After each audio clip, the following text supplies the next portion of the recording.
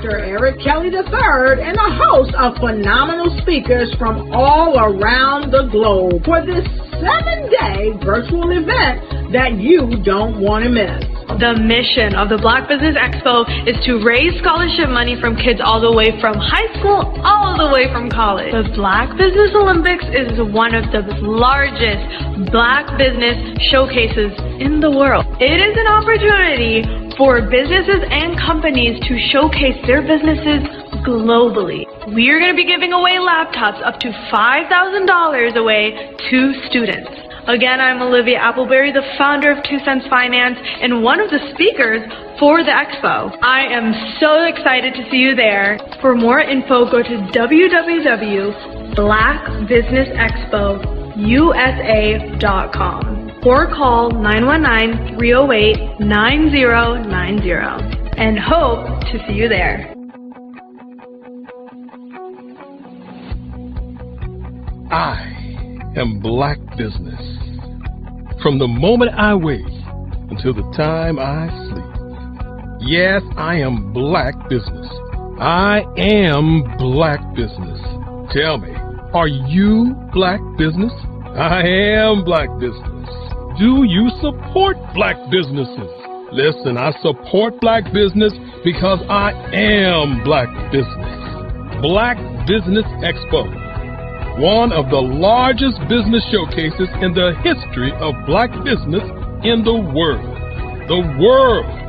Sign up today at www.blackbusinessexpousa.com or call 919-308-9090. I am Black Business. I am Black Business. From the moment I wake until the time I sleep, I am Black Business. I am Black Business. Are you Black Business? I am Black Business. Do you support Black businesses? I support Black business because I am Black Business. Black Business Expo, one of the largest business showcases in the history of Black America in North Carolina. Join Dr. Eric Kelly III and a host of phenomenal speakers from all around the globe for this 7-day virtual event that you don't want to miss. The mission of the Black Business Expo is to raise scholarship money from kids all the way from high school all the way from college. The Black Business Olympics is one of the largest Black business showcases in the world. It is an opportunity for businesses and companies to showcase their businesses globally. We are going to be giving away laptops up to $5,000 away to students. Again, I'm Olivia Appleberry, the founder of 2 Cents Finance and one of the speakers for the expo. I am so excited to see you there. For more info, go to www.blackbusinessexpousa.com or call 919-308-9090 and hope to see you there. I am Black Business. From the moment I wake until the time I sleep. Yes, I am Black Business. I am Black Business.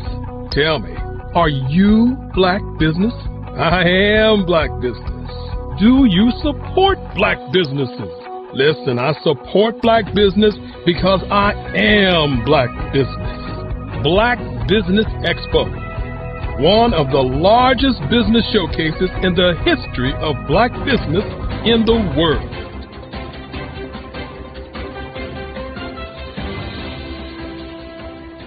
Over the past few years, we've seen the growth of existing and new initiatives focused on financial inclusion, building global networks, and reducing the wealth gap in response to the idea there's not enough seats at the table.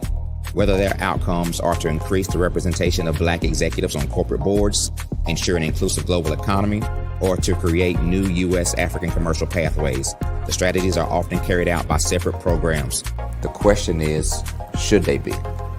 With the continent of Africa being home to more than half of the world's fastest growing economies, the youngest workforce, over 400 companies generating more than $1 billion annually, 700 generating more than $500 million annually that are poised for growth, and being the destination of nearly $5 billion in venture capital in 2021. Diversifying U.S. and Africa commercial engagement by building bridges between African businesses and their U.S. diaspora should begin being seen as mutually beneficial. From helping to reduce Africa's enormous capital gap to catalyzing two-way trade opportunities, the COVID-19 global pandemic hopefully has taught us that global challenges and opportunities are more interconnected than we thought. During the pandemic, African companies like Unicorn Flutterwave, insurance provider Reliance Health, ride-hailing app Yasir, and 54Gene, the continent's first bank of DNA on people of African descent, proved that when African companies have access to networks, capital, and information, they grow big, grow fast, and create solutions that are valuable to the world. This is why BeDirect was created. We are the first U.S.-based but African-centric board preparedness and board search company designed to connect U.S. Black talent and corporations to African businesses. Unique and fundamental to BeDirect's success is our process of helping board candidates adapt their experience and networks to an African context before they're connected to high-growth companies that are looking to locally and globally scale. From our focus groups with African business execs and government leaders, we don't ignore the sentiment that business is easy, but people are hard. Having a pool of board candidates with hard-to-access networks and extensive experience across the business lifecycle, including successfully raising capital, is table stakes for an initiative like this. So yes, we have that. But corporate or entrepreneurial success in the U.S. does not guarantee success in Africa. Developed alongside industry partners on the continent, our training program, BeDirect Prep, is designed to transpose their experience to create cultural comfort, understanding, and a commitment to helping businesses in Africa scale. Our board governance sessions are African, continental, and country-specific, integrated with cultural awareness and dexterity training, masterclasses led by African industry execs, and mentoring and coaching from African continental-based facilitators. But even more unique to BeDirect Prep, we cap off our training program with an immersion trip to help candidates that have not been to Africa before see and feel Africa's complexity and opportunity from African soil. We all know traditional network-based board placement has historically left a lot of us out of ever really being in the paid board pipeline. Our strategy supports the work of many great organizations that are successfully filling seats at U.S. board tables by creating more tables for those that are still left on the sideline. It's time to start seeing the role and value of U.S. Black talent and businesses on the continent of Africa differently. Old perceptions and habits limit economic inclusion. Let's transition Black talent and the African businesses they will support from the periphery of the global economy to its core. Living in a global lockdown, we all know now how fast local and global economies can change, and see the value of having businesses that hire, strengthen local value chains, and even grow globally. Status quo in any form holds back progress. We must democratize U.S.-Africa commercial engagement by socially and economically connecting cultures that have long been disconnected. It's time for Africa's U.S. diaspora to redefine their global value by helping African businesses scale continentally and globally.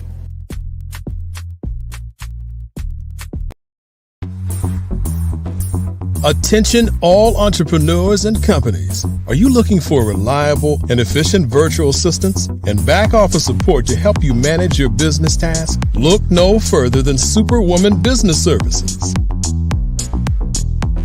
Our team of virtual assistants provides a full range of administrative support services, including operations management, social media marketing, and much more.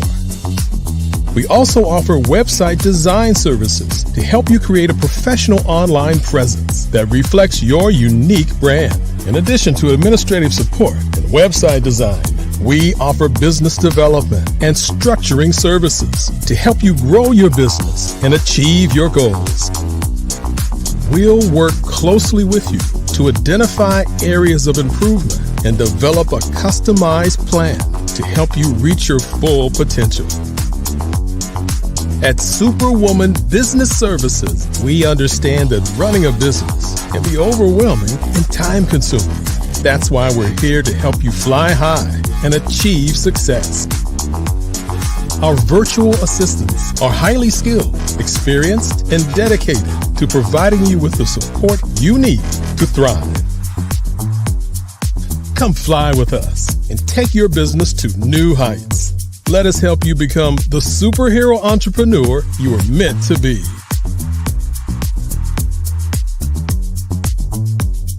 Contact Superwoman Business Services today to learn more about our back office support services. Come fly with us and take your business to new heights. Hi, I'm Barbara Smith. Genius is common. My genius is executive coaching and professional corporate training. As the master executive coach and corporate training ambassador for the Genius is Common movement, I help business owners craft their stories in such a way that you know exactly what they do, what they have, and what they bring to the table. Many times as business owners, we are asked, so what do you do for a living? And we could be crushing in our businesses, but we're not quite sure exactly what to say in a short amount of time. Well, I help you take those stories that are the reason why you're in business and why you're so passionate about your business and craft them in such a way that people are drawn to you as opposed to being repelled by you. Because every conversation, every time you talk to someone about your business, you are excited about it. But are you really conveying what you do, what you have, and what you bring to the table? And do really people understand why you care so much and why they should care that you have the solution to their problem? Well, I'm here to help you with that. As a master storyteller, I can help you with your stories and spin them in such a way that they are intriguing and fascinating. People want to listen to you talk about your business. That's why at the Genius is Common movement, I am the master executive coach and professional training ambassador. That's my genius. And genius? Oh yeah, it's common. I'd like you to imagine with me, if you will, opening an app where you can collaborate with like-minded individuals from around the world, get inspiration and in-app tools to launch and grow your business, as well as share your knowledge and earn compensation, all in one app. Well, the name of that app is Truso, short for Truly Social. Hi, I'm Matthew Newman, the founder and CEO of Truso, a new concept in social media. Truso is designed from the ground up to be a platform that's both social and empowering for all its users. How exactly do we do that? I'm glad you asked. First, Truso brings the world together via video. Psychologists assert that video provides a significantly more effective connection than audio only. When you enter a community on Truso, you're face to face. Second, on Truso, you don't have to have 1 million followers to monetize. Our business model allows all hosts and moderators to monetize, no matter the size of your following, by 1, producing fee-based content, and 2, inviting others to join the platform as subscribers. Even more, Truso has an in-app resource library with over 100 free resources, forms, and documents to help you build your brand and grow your business. Third, Truso is inclusive. The deaf and hard of hearing communities make up 360 million people worldwide. Unlike audio-only apps, Truso embraces this community, providing a networking platform that allows them to participate via video and closed captioning. We even have a deaf and hard of hearing foundation in the works as well. Fourth, Truso is both social and safe. We refer to Truso as a virtual extension of the beauty shop, barbershop, and brainchild of the community. A place where there's laughter, along with wisdom, growth-oriented conversation, and genuine connections in a safe space. Truso even has proprietary security to ensure we maintain a safe environment for everyone. Where are we at now? Truso is live, y'all. We've launched in beta and we're acquiring users daily. We have an incredible development and marketing team, plus amazing celebrity influencers at the table, helping us spread the word around the globe, beginning within the African diaspora and beyond by creating a safe space for growth, connection, and collaboration. We're truly excited about Trousseau. We've created something special for which there is a global market. And we invite you to embark on this journey with us as a shareholder. The future for Trousseau is truly bright. Join us and let's go there together.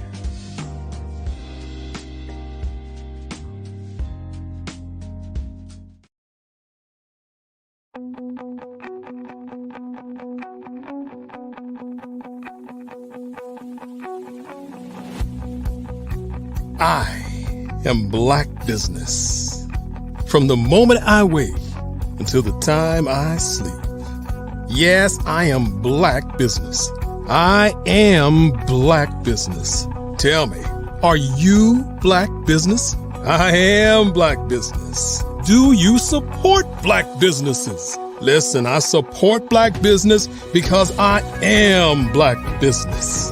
Black Business Expo. One of the largest business showcases in the history of Black business in the world. The world!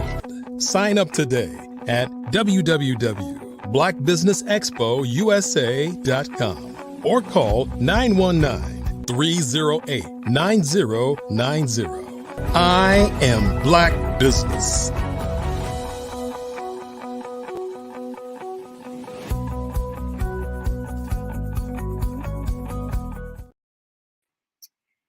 Good afternoon, business owners, entrepreneurs, thought leaders, and corporations. Welcome to the Black Business Network. My name is Latika, but I go by Teek, and I'm your business moderator for this afternoon on the Black Business Network. The Black Business Network is a 24-hour business network showcasing Black businesses, Black owners, entrepreneurs, and thought leaders worldwide. We have speakers from North Carolina, London, Singapore, Africa, Japan, and cities all over the United States. The Black Business Network is a global community. It's sharing its business knowledge to empower, inspire, and educate businesses about business. So we're going to get into it this afternoon. We have a fireside chat, and I'm going to introduce this beautiful soul as Miss Pie. But let me tell you, she's known as an executive industry leader and CEO of LCM Group with over 30 years experience in multiple functions. She has achieved remarkable success as an employer brand leader, including winning 19 cultural awards between 2021 and 2023. Shelly Jeffrey Cole is the influencer behind Mrs. Pie and a key figure in the Parade Deck military influencer community of over 6.5 million subscribers. Her company, LCM Group, delivers global brand workshops, and Shelly is a sought-after keynote speaker on purpose, branding, and entrepreneurship. I present to you Mrs. Pie, aka Shelly Jeffco. Thank you for that. That was awesome. You are welcome, beautiful soul. Hi, how are you doing this afternoon? Isn't this incredible? And shout out to everybody who is watching us, wherever you're watching from. Thank you for supporting scholarships for kids. Y'all, we need it. So, just bearing in mind that that's at the crux of why we're here. But thank you so much for that. Absolutely. Absolutely. I'm really excited right now because I get this opportunity to interview you. I'm like, oh my goodness, this woman has achieved. So it gets me really, really excited for everyone that is watching this in live or watching this in a replay. We're going to get into some really goodness and learning about Mrs. Pie. To get it started, how would you like me to refer to you? As Shelly or Mrs. Pie? Question. Branding 101. Always go by your brand. So you can use Mrs. Pie, but I'll also tell people about where Pie came from because there's a story behind that brand. I know it is. So I want you to get into it. So we're going to bring it back and start with the basics. I got you for a little bit of time and I'm excited about that.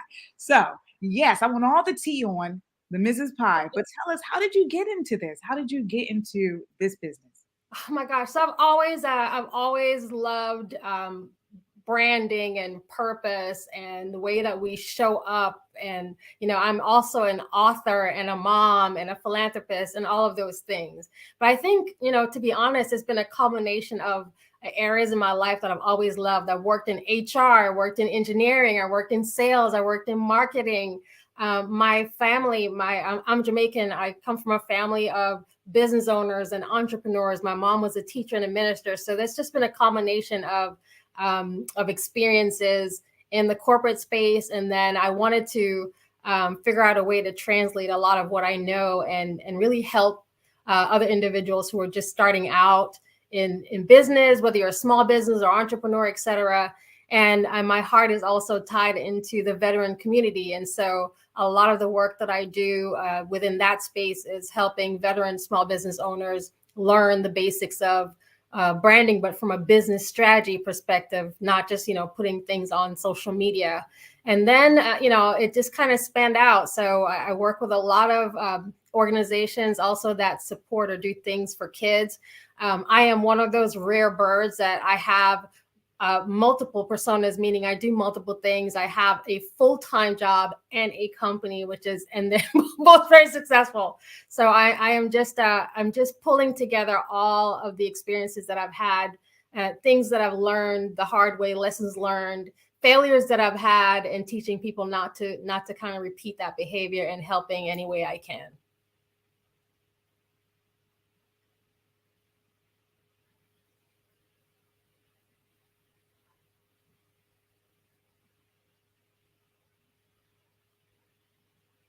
So I think we just took a slight pause. We're going to wait for my host to come back. And while she's while she's coming back in, for those of y'all who are watching again, just a reminder to please visit blackbusinessexpousa.com and learn about the scholarships. As I meant, I'm an advocate. So again, I just want to make sure that we are driving people to support our cause, y'all. That's why we're here. That is it, Mrs. Pye. Apologies. We got this internet thing happening, but I'm okay. We're hearing all the energy, right? Yes. Well, that's what matters the most. So I'm sure the people heard you speaking about something amazing about how you got into the business. And I guess what I want to kind of hear from you right now as well, if you haven't already said it, is what motivated you? Because I know everyone has a story behind the story. And so it's good to kind of hear what got you into the flow. Like, what was your biggest why? What would motivate you? So Pye actually originated, the brand Pye, proud, inspired, empowered. So that's the actual brand. And Pye was actually launched in 2022, April 1st, 2022. This is how crazy, because I've been at this thing for a long time, but it really formally launched then and kind of took off faster than we imagined. But Pye was, as a result, as a mom, I was responding to things that were going on with my teen daughter. And I wanted to create messaging and a language, because again, branding is my thing. So I wanted to create messaging and language that she could use and her friends could use. Y'all remember all the things that were happening in 2020, right? So I wanted to, provide that kind of support. So we have journals and we have affirmation guides and, we have podcasts. We have a lot of things that are going, but it really started, I was looking as a mom, like, this will save my daughter's life. So that's where Pye started. And then LCM Group as an organization, LCM actually stands for Learn, Coach, Model. And Learn, Coach, Model is something that I had put into practice for a long time. So if you've ever worked me as an exec, I always close, I do everything in threes. And I always talked about, what did you learn and how can you coach your teams and how do you model the behavior? So that's the genesis of the company. But it's really been an incredible journey. I'm excited about where we're going together, trying to help other people lift and grow. But that is the story. And I'm a West Indian woman. I'm Jamaican, proudly and happily. So anything, we believe anything we start, we'll finish, and all those things. But essentially, that's what Pye is. I love that. I love it's so much that you said in that I can unpick, but what I loved it, and sort of the core of it is, you started with that language between you and your child. And I think that's so important when we're communicating with, especially the younger generation, because they have a language that we need to make sure that we understand, but also in supporting them on their elevation. So I love what you were saying about the affirmations and really just giving and empowering, we started with your daughter, but now look at Yeah, look at Now how it's thousands and thousands, and it's global. exactly. And I love that. I love that. So, can I ask you? So, what was this your first business, or what was your first? No. Right. Okay. Lesson number one in entrepreneurship. It's okay to fail. Okay. So we'll come closer because we're all friends. Back in the day, I had a clothing company called Stush Label. I was in Nashville, Tennessee at that time.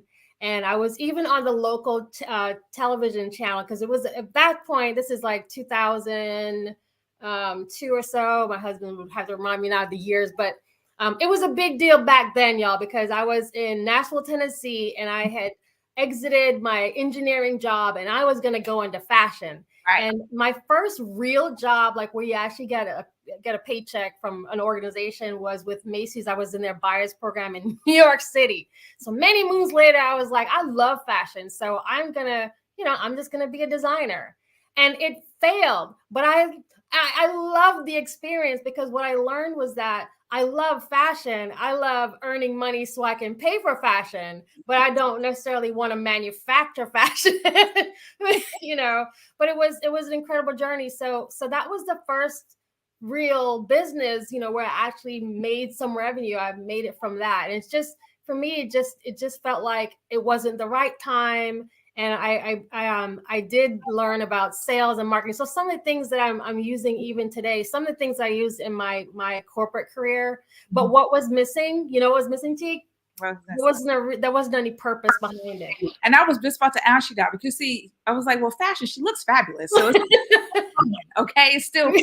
But, and I guess for anyone that's watching, when they hear about people starting or having multiple different businesses, et cetera, and that whole fail forward is, it should be motivating. And so Yes. what you were learning, I guess I want to ask you about that a bit more deeper in terms of if you had to take, say, your first 2 or 3 key points from what you would have learned from that business and how it moved into this, what would you say that is? First of all, it's you need a community of support. I was doing it by myself. I had the ideas. I had somewhat of a quasi plan. I'm going to make clothes that I love, right? It was all I centered. And so there was no community. There wasn't really a strategy, and it was me centered. And so the idea that you're going to build a business just because you have an idea and a vision, it doesn't necessarily translate to what the needs of the market are, or what are your clients looking for, or what is the thing that you're trying to do? What's the gap you're trying to fill? And I didn't know at that time that you needed more than that. This is before social media. Now I'll have a lot of people who go on TikTok. I can sell something from Sheen. Okay. It was very, very different there. In order to build something that's sustainable and long-term, and a business that actually generates revenue, and, you're pouring back into the community and you're establishing certain things.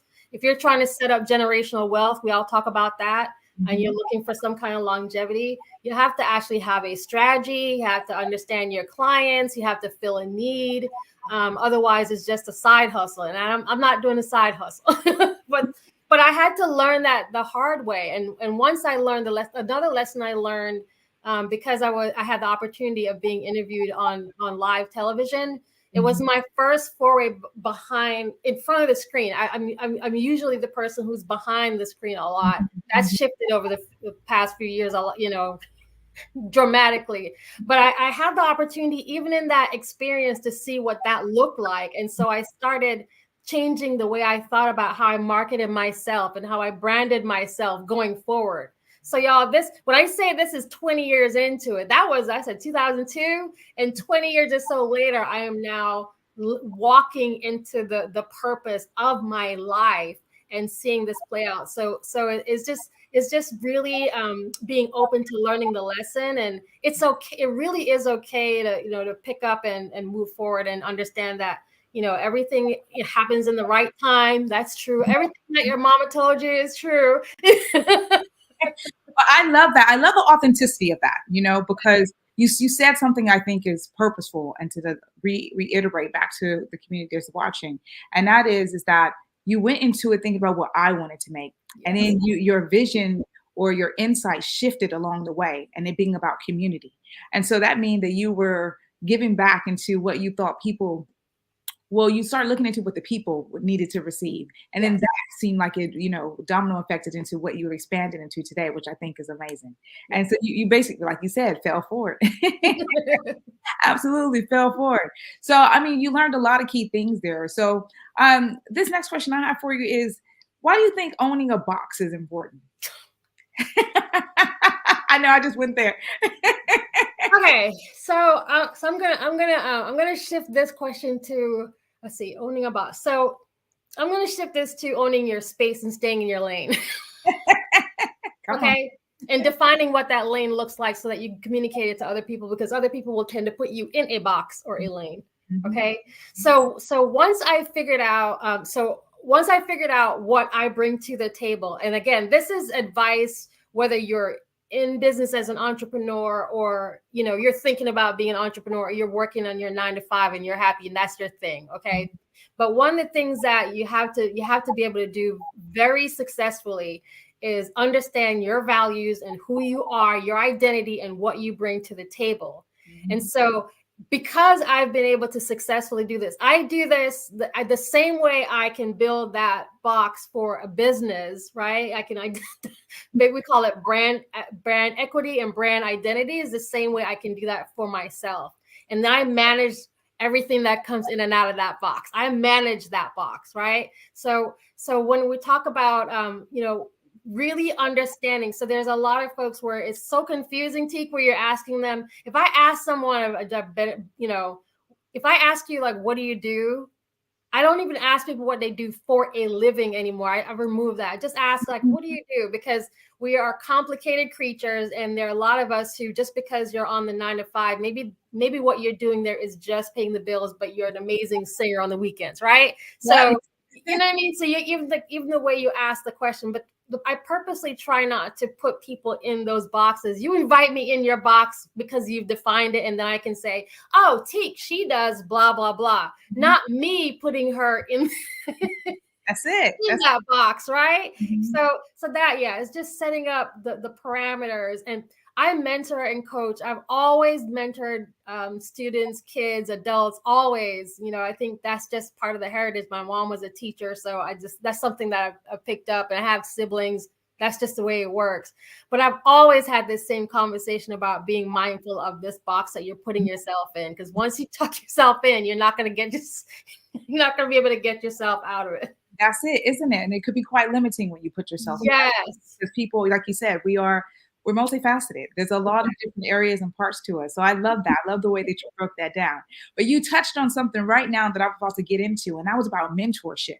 Yes. And I can already see it's in your path. Look at you glowing. So, you talked about being siblings. I wonder, how old is she? But so why is mentorship to you so important? I know we got the experience of family, but get into it. Yeah. So mentorship works both ways. So I have a lot of I have folks that are formalized mentors, meaning we've established, once a month, 30 minutes, whatever that is, right? So it's formalized. And I also have a lot of folks who I mentor people through another organization called Mentors of Color. That's just one of, all right? If you ever see me on social media, you'll see I'm everywhere and nowhere at the same time. But mentorship is really important for a couple of reasons. One, I mentioned that my mom was a teacher. So a teacher in Jamaica isn't like a teacher here. It's very different, where you're managing multiple levels of students' classroom. You're not just in one classroom for the whole year. Mm-hmm. And so I grew up in the environment where I watched my mom mentor other people's kids. So she would be pouring her expertise, her skills, not just coaching, right? But she had a relationship with, and also not just students, but also parents. And so it just became natural. I benefited from mentorship all throughout my corporate career. I have amazing mentors. I have mentors that I've, kept the relationship. It's been many, many years. And we've shifted from being mentors to them being sponsors to me. Sponsors mean that when they're in a room, if there's an opportunity, they're gonna call my name and bring me to the table without me having to physically be in the room. And so that's the trajectory. But as a mentor, I really genuinely want people to win. I genuinely want people to succeed. It's just, you know what I mean? It takes nothing from me to pour back into someone. And by the way, it works both ways. So I learn a lot from my mentees and they learn a lot from me, And so when I talk to people about mentorship, I advise them to do it, to have three, at least have three. And this is the three you want. You have one mentee who is where you were. So someone who's younger, okay? You're giving back, right? You want one mentee who is where you are. So where you are, again, the job title, it could be a peer on your job, it could be someone in the community, etc. And then you want a mentor who is where you're going, right? So wherever it is you're going. So it's, again, it could be one level up. I'm just making this up, right? One level up, or it could be a senior leader somewhere else. It could be another entrepreneur, and that's how you're getting the mentorship. And so those are those three. And you don't always have to pay a mentor. I'm always, curious when people are, offer that up, to be a mentor. I'm not paying anyone to be a mentor. There's a lot of folks already in your life that have the expertise. And can I just tell you, a lot of us overlook those relationships, right? Because they're looking for, I want a mentor to be the CEO of X organization. Yes, so does 3,700 others, but there are people in your life who have shared experiences that don't mind committing to the time as a mentor to help coach you through some things. And so look for the mentors that are already around you. You don't have to, go pay money for someone to do that. No shade to folks who are accepting coins for that line of business, but for those who can't afford that, there are other ways to do it. I'm really grateful that you put that out there as well, because sometimes, especially now in the climate that we have post-COVID, and you see so many different types of mentors emerging, et cetera, and people think, well, I can't. They get in that mindset of doing something. And what you're sharing is actually, you just need to look what's in front of you. That's right. You might have these key relationships already there that can support you on that journey. I love that. I love that, Mrs. Posh. I just need some tea now. But so, when mentorship, and you think about what the people that you already potentially have around you, and I think that leads me into, sort of on the journey, education. So what would you say, or why would you say education is so important as well? So again, something else that we grew up. So my home country in Jamaica is not set up. The social system isn't set up the same way as it is in the U.S. And we were raised knowing and being taught that that's the one thing no one can take from you is your education. Okay. So investing in that. And I mean, investing your time, your money, tutoring, whatever it is. Education is the one thing no one can take away from us. And so, I, as a mom, I have two beautiful, beautiful daughters in my life. And as a mom, I invest that same level of commitment to education as I would in anything that is a priority. And so, I was always okay being the nerd. And quite frankly, I'm animated now, but I am a library nerd, sit in the corner, quiet type person. Okay. I'm most likely to be found in our home. We're lucky enough to have a little space called library, and I'm most likely to be found there if I'm not working. Like, that is my thing. I love that. That is my thing. But it's just important for us, especially, let me just talk to those of us who are over 50 like me. Okay, I'm 51, and you have to keep thank you. You have to keep learning. Technology has brought on a lot of changes. You need to be, you really do need to keep up with what's happening around you. Why? Because your clients are changing.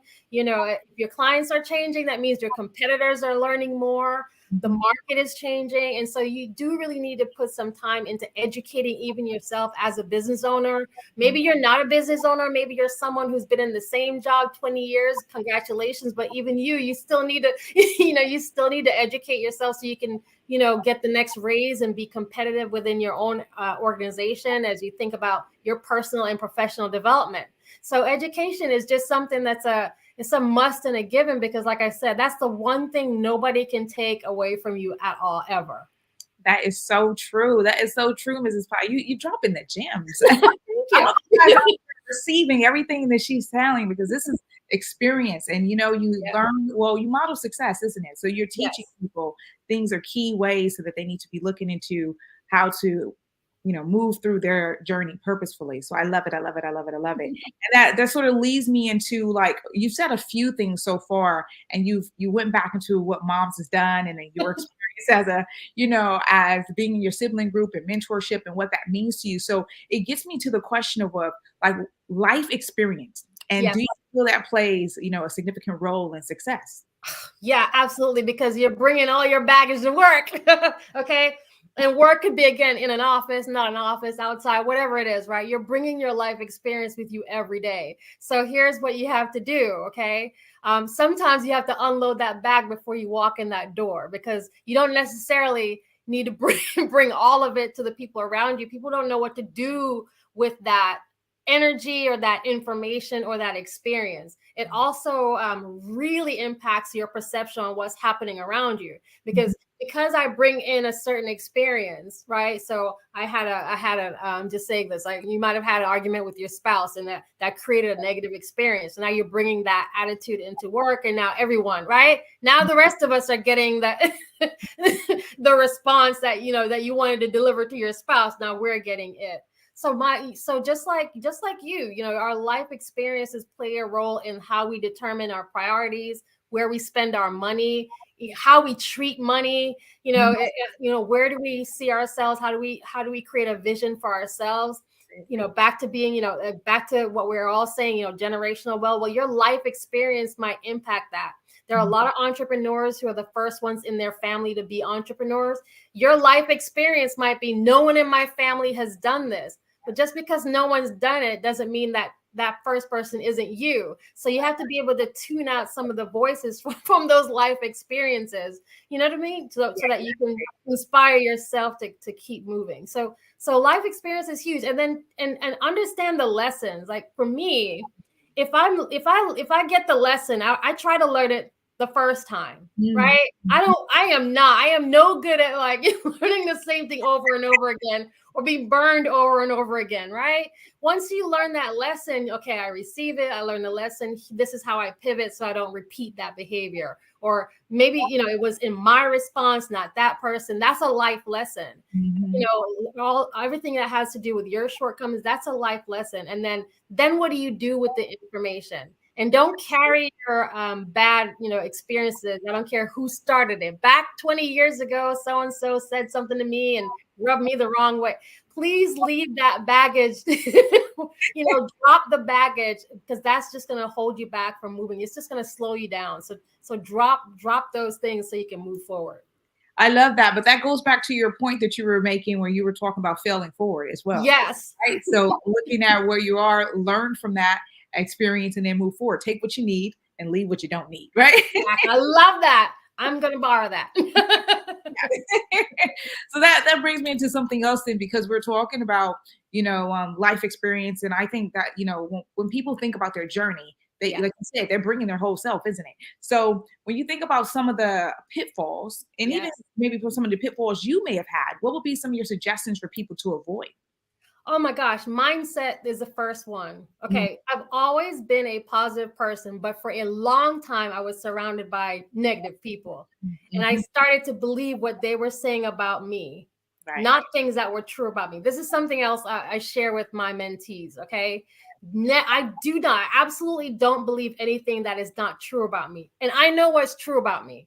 I actually have a list. Okay. So I know. So for example, I know that I'm organized. I know that I'm capable. I know that I'm talented. I'm not worried about, when we had on social media, especially, people were floating around all different terms and texts, y'all. You go on LinkedIn every week and there's some kind of ism or something that we're supposed to have had, right? Some kind of shortcut. I don't believe in any of that. I believe that I'm capable. I believe that everything that I need will come to all of those things. And so that's mindset, but that's maturity. So if I didn't allow myself to pull away from, and again, sometimes negative people are in your family. Okay. Who am I talking to? All right. So sometimes you have to change the environment that you're in and stop listening to some of those voices and really start believing what's actually true about me. So it's not true if you start thinking to yourself, I don't deserve to be here, unless you actually don't deserve that job. Because there are some of y'all, okay, you know who you are. You've taken a job and that was not the place that you were supposed to be, but you did it anyway, right? That's different. So it's really that mindset is absolutely everything. Believe what's true about you, and the rest of it is just noise. That's the first thing. I think something else that I had to learn is I didn't realize this, that the more successful you become, the smaller your circle becomes. Absolutely. Okay, I saw it on TV. I saw it happen to other people, but I never thought that would happen to me. I think I'm a nice person. Why would I give to everyone? What? But that really does happen. And when it happens, let it happen.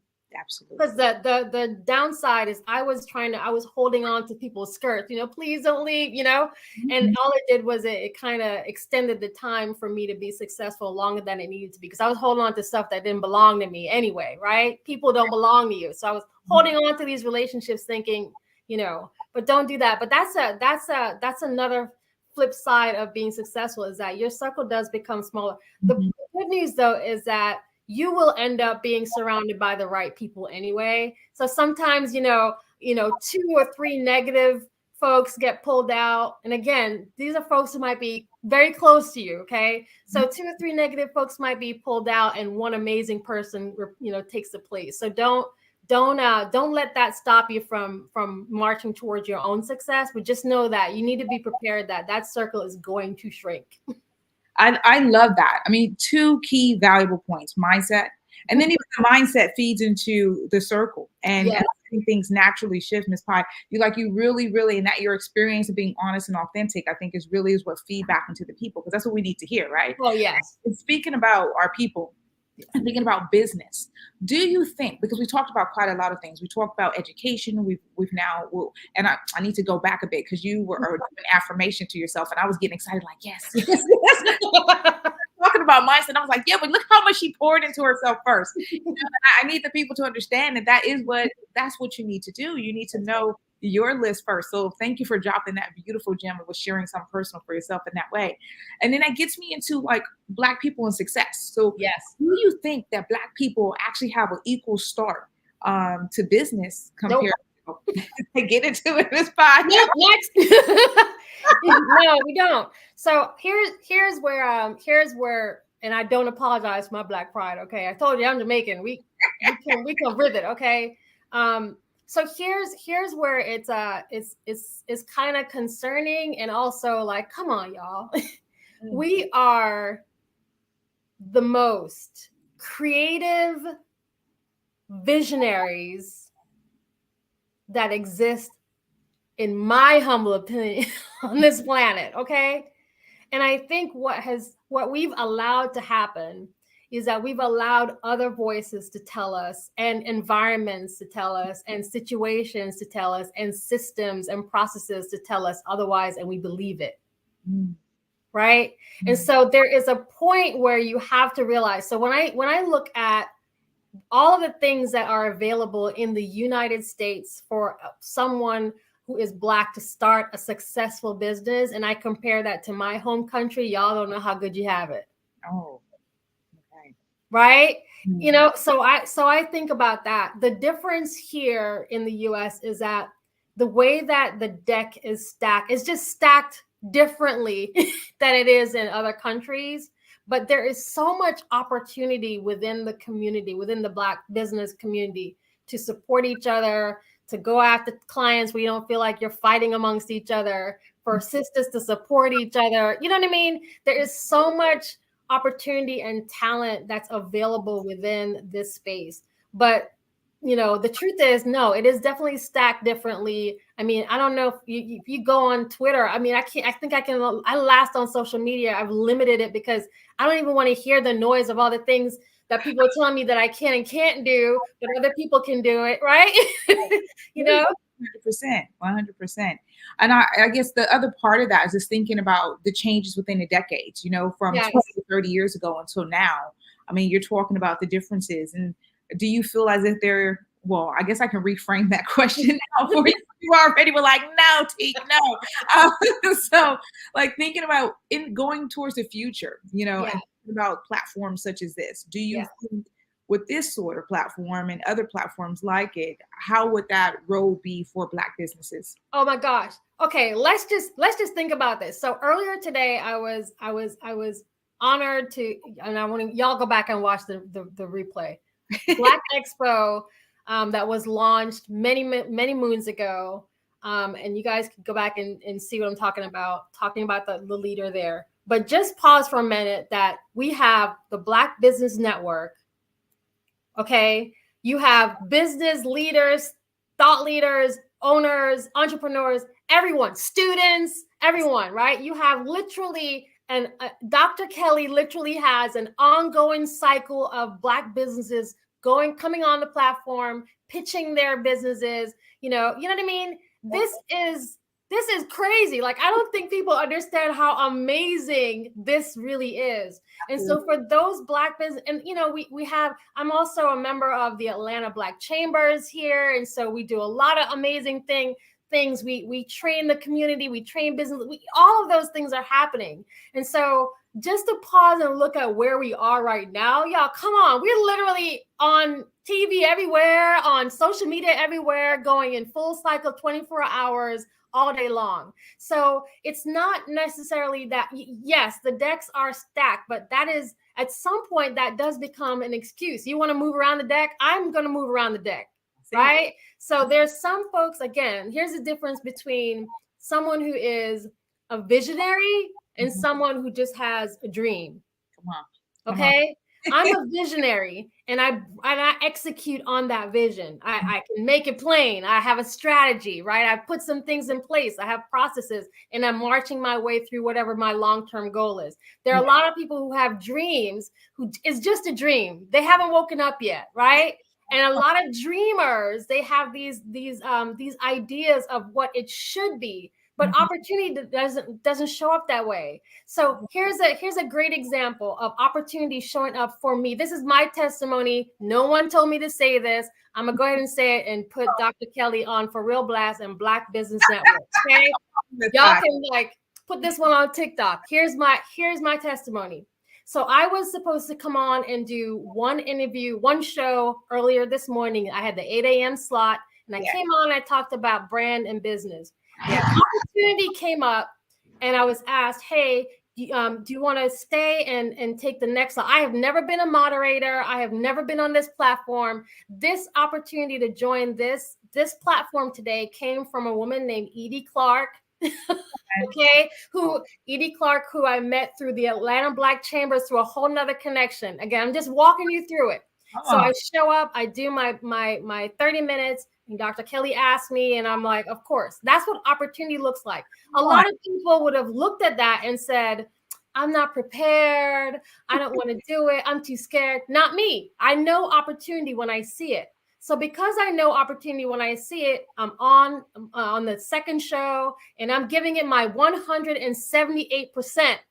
1,000. You're giving it 1,000, Ms. Parker. Even 2% for me. Okay. So I've got the second show, and then he comes back and says, hey, do you want to do this one? Yes, I'll take the third slot. And then here's Teak interviewing me on the fourth and fifth slot. Right. That's opportunity. That's responding to opportunity. It doesn't show up in this beautiful black bow like people expect. The dreamers expect it. Because we're visionaries, Teak, we can see an opportunity and we jump into it. That's it. Oh, okay. Come on, my cheeks are frozen. I'm like, yes. It's like, yes, come on, Miss Pie, drop it. Absolutely. What a testimony, though, and what beautiful way to evidence how quickly things can happen through your life. When your life can change just like that. Do you understand? Just like that, your life can change. And for me, I knew it when it was happening. The moment it was happening that something has shifted for me, and I'm gonna ride this out. I don't care what they ask. I'm gonna show up and give my 1,000%. Here I am, and being interviewed by Teak. Can I just Well, first of all, I'm enjoying all of this, and if I could keep you here for forever, I would. But you know I would. I might have to think about maybe the seventh slot. No, but I'm really, really. It's been like a really, really big pleasure. I just want to, before we conclude, two things, because that was so motivational, and I was going to ask you a question about your closing motivation on this, but you gave such an amazing testimony, which is so authentic and so real in real time. Yes. That everyone who's watching this and watching the replay, if you haven't digested what has been said by Mrs. Pye herself this whole way through, but she showed up for herself. She opened up the door. She's a visionary. And then one opportunity after next continue to happen. And I just think that's amazing. So Ms. Pye, how do people get in contact with you? I mean, you're impacting, thousands and thousands, y'all. We got a big shout out in the Voice newspaper, which is the largest used newspaper in the UK and Africa and the West Indies last year for the work that we do through LCM Group. So again, we're making impact. But if you go to learncoachmodelgroup.com, you can find out more about our website. You can go to Parade Deck and search Mrs. Pye. You can literally Google Mrs. Pye at this point. Like we're literally everywhere. We have podcasts, we have books, we have consulting, we have a lot of things going on. But I'm gonna be back on Black Business Expo, y'all, because I'm determined to be Dr. Kelly's Oprah. Listen, what you've heard here this afternoon, Mrs. Pye is already manifesting her truth. I believe that with my heart, mind, and soul. Okay, it has been amazing to interview you. It was my pleasure. I love talking to you. Thank you so much. You are so welcome, beautiful soul. Have a beautiful rest of your day. And as you always say here on Black Business Network, genius is coming. That's right. Oh my goodness, beautiful souls. The Black Business Expo is a mission to raise funds for high school seniors going to college from K through 12 entrepreneurs. This expo is a fundraiser for students. You may go on to the Black Business Expo USA.com to donate to the scholarship or fund, or use Cash App. That's on the screen below. It should be somewhere on the screen as the $ BBX USA. No, our goal is to give laptops up to $5,000 to students excuse me, I can't even get my words out. I'm so excited. That's $5,000 to 10 students, and students can register online for blackbusiness.com, expousa.com. Every dollar, so that we want to remind you to donate, goes to the scholarship fund. So we want to thank our Black Business Expo sponsors for all that they have provided for this beautiful cause. And so genius is coming, and guess what? We'll see you on the other side.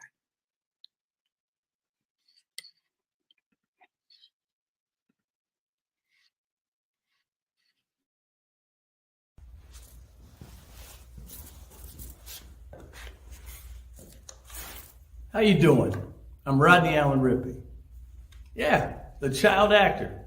Well, now leading man. Some of you might remember back in the day, the Harlem Globetrotters popcorn machine. Remember that? Well, it was a Saturday morning special that would come on, and I was there with Geese and Tex and Meadowlark Lemon. Remember the show? Well, I had a great time. And I have to say a huge, huge thank you to all my fans out there. Thank you for all the years of support. I went on from the entertainment industry. I started getting into producing and directing. And now, hey, here I am. I'm a studio executive here in Burbank, California at 2526 Studios. I have to say, it's been pretty good, but the best is yet to come. Please stay encouraged. Keep reaching for your dreams and never forget that genius is common. Remember that. Genius is common. No matter what anyone says to you, no matter how tough the road may get, keep striving.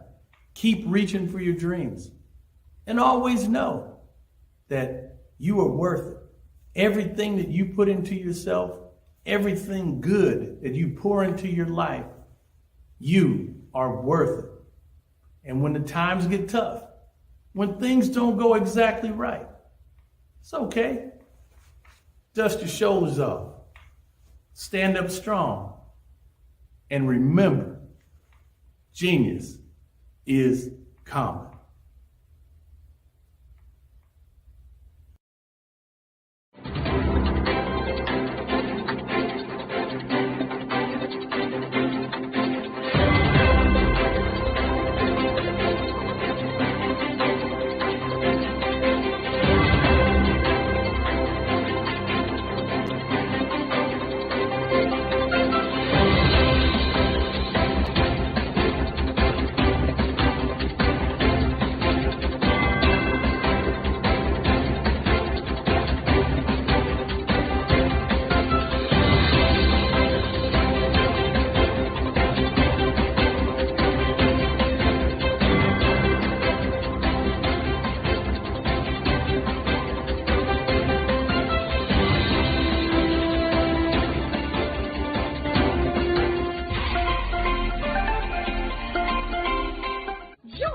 Dr. Eric Kelly III and a host of phenomenal speakers from all around the globe for this 7-day virtual event that you don't want to miss.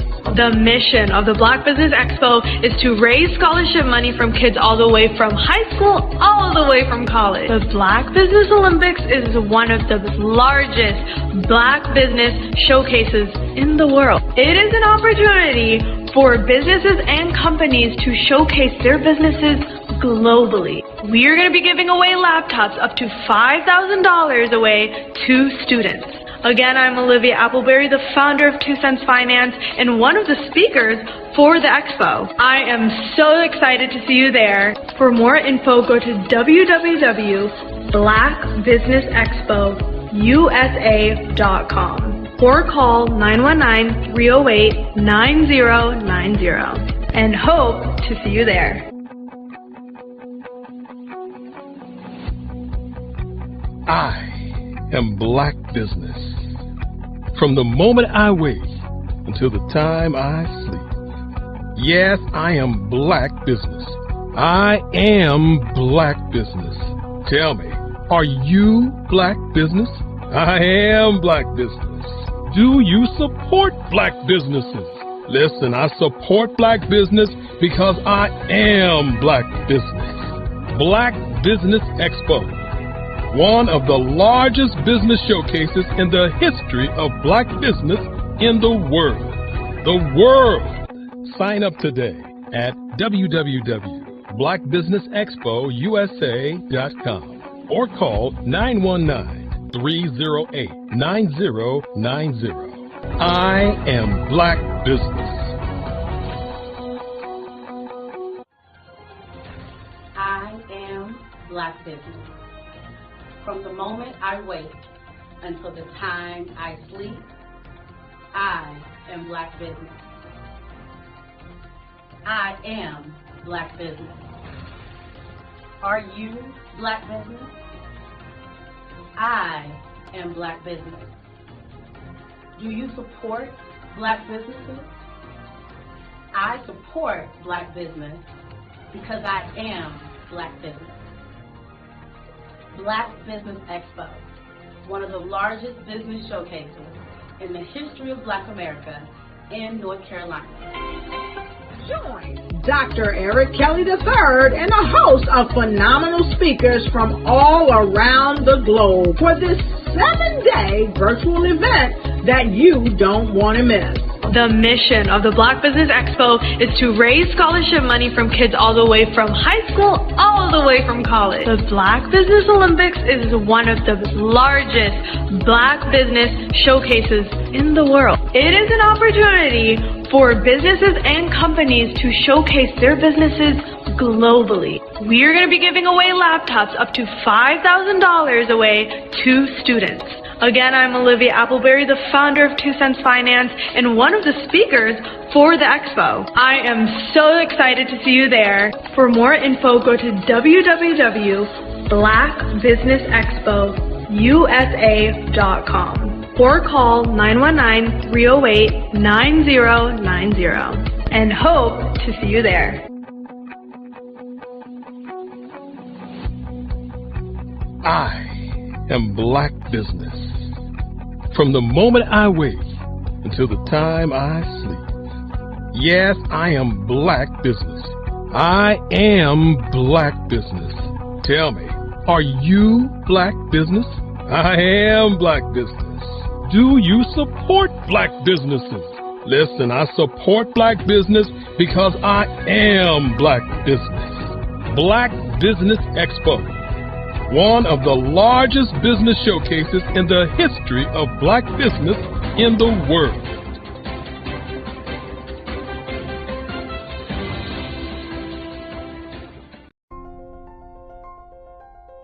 What if you could build your own city? A place where every child can find nurturing people to help them achieve their full potential. A place where every adult can access job training support. Where health education is abundant. Where social justice ruled the land. A place without limitations. Welcome. You have arrived at STEM City USA. It is what every city should be. A safe and trusted community where you find people and resources to help you become everything you are and beyond. STEM City is unlike anything you have ever experienced. It is a digital twin of the world around you, only better. STEM City is about energy and soul renewal. It is more than a digital world. You can almost feel the power of live cultural events, music, and theater. STEM City promises a better future for children with caring mentors and hands-on activities with dedicated tutors to support our youth. STEM City is your passport to a healthy lifestyle with weekly events addressing our community's many issues. STEM City is your financial well-being with helpful information on wealth management, career advancement, job training, and so much more. STEM City is the community you deserve. It is the city where your dreams can come true. STEM City USA, a place in the sky that is accessible to all who reach for the stars.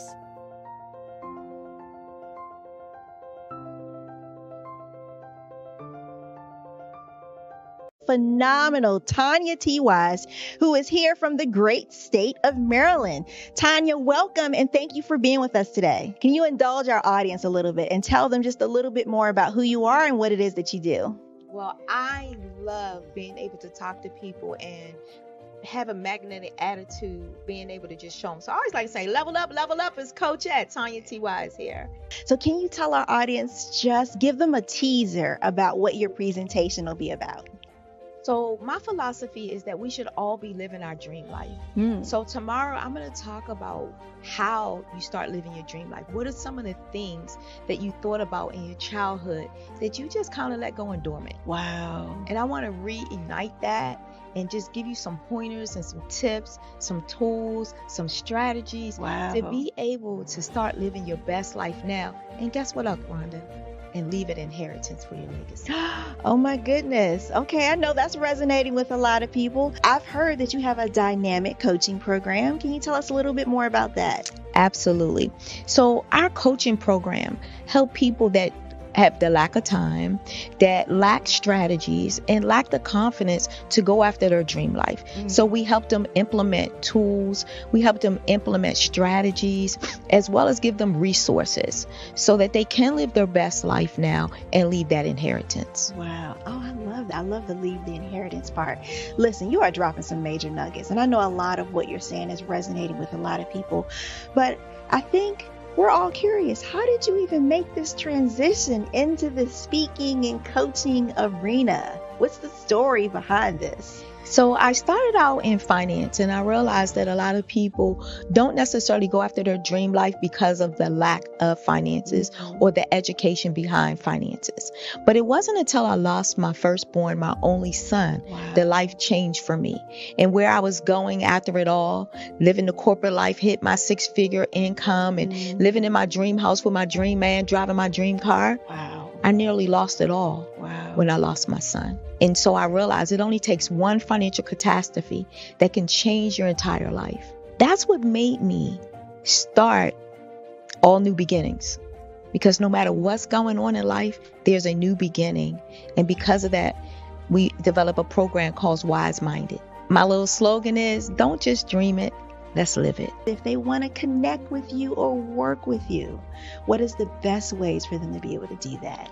Well, for my social media guru, you can connect with me on every single social media platform as Tanya T. Wise.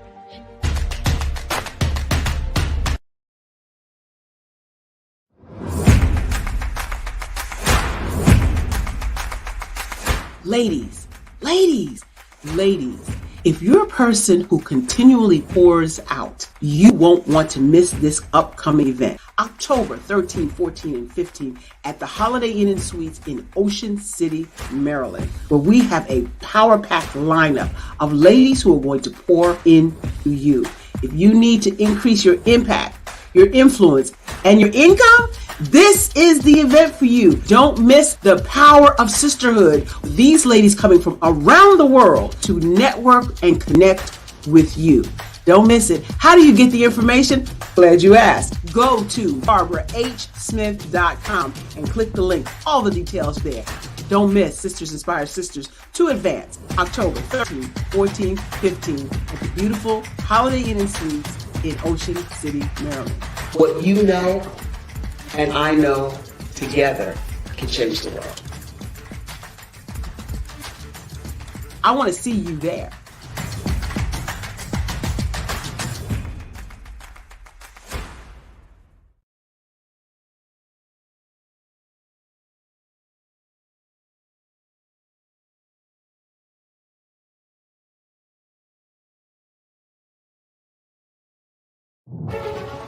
In the heart of America, there are dreams waiting to be realized. Dreams of owning a home, creating a haven for families, and building a future. Yet, there are 13 million mortgage-ready home buyers and nearly 20 million renter households who have the credit and income to qualify for a mortgage but remain left out of the home buying process. These potential home buyers are in urban and rural America, where dreams should flourish. The big banks, the giants of finance, have all exited the mortgage lending business, decreasing their lending footprints across America. They are no longer present and active in these communities. Instead of offering opportunities for home ownership, some of these banks have chosen a different path.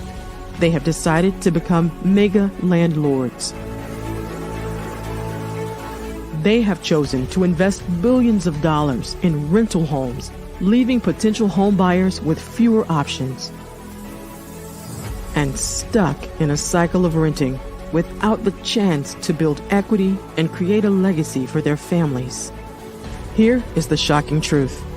A report issued by the Home Ownership Council of America revealed that if lenders were to step forward and serve this underserved market, they could conservatively increase their loan volume by $1.5 trillion. $1.5 trillion. This is a $1 trillion business opportunity, ripe for the taking.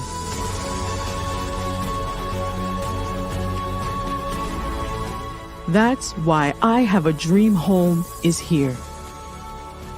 We support the American dream of home ownership in urban and rural America. We believe in the power of social consciousness and the impact it can have on people's lives. Investing in urban and rural America is not just good business sense. It's a moral imperative. Our mission is clear. Become the go-to mortgage lender in these communities. Create a pathway to home ownership for all Americans, breaking the cycle of poverty by empowering families to build wealth, stabilizing our communities, and taking pride in our country. I Have a Dream Home. Unlocking dreams, transforming communities, and rewriting the story of American home ownership. For more information, scan the QR code or visit our website at www.ihaveadreamhome.gold.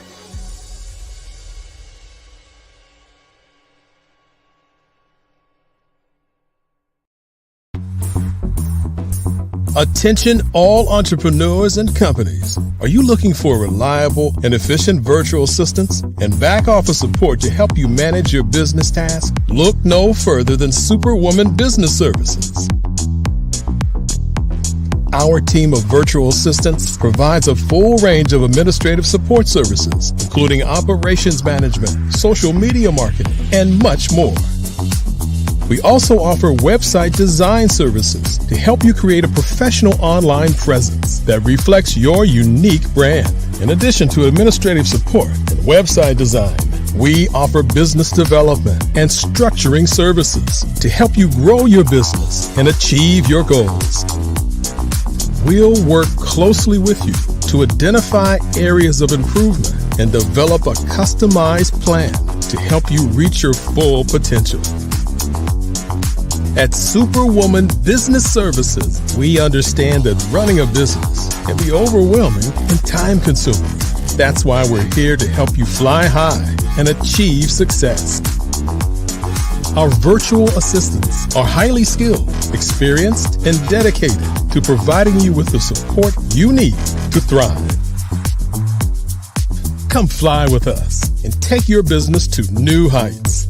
Let us help you become the superhero entrepreneur you are meant to be.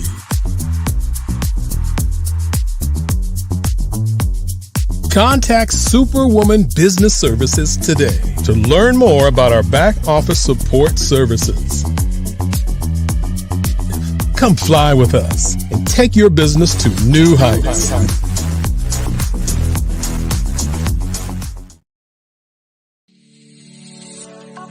Did you know that our black dollar only lasts for 6 hours in our community? Yet other communities, their dollars last for 19 to 30 days.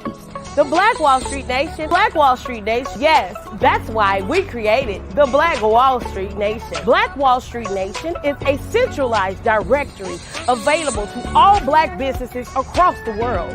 It was created for businesses like you, the ones that want to start and the ones who have a dream that have already started, such as businesses like Drop in a Bucket Productions, Valito Foods, Sugar Tea Branding Firm, All the Dazzle, Bun Cakeaholic, Miss Riot, and you.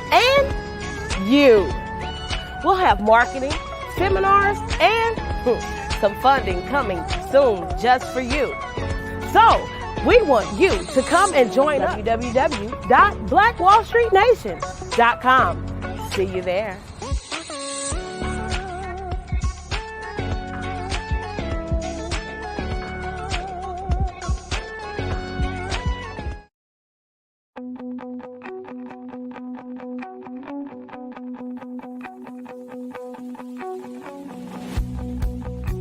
I am Black Business.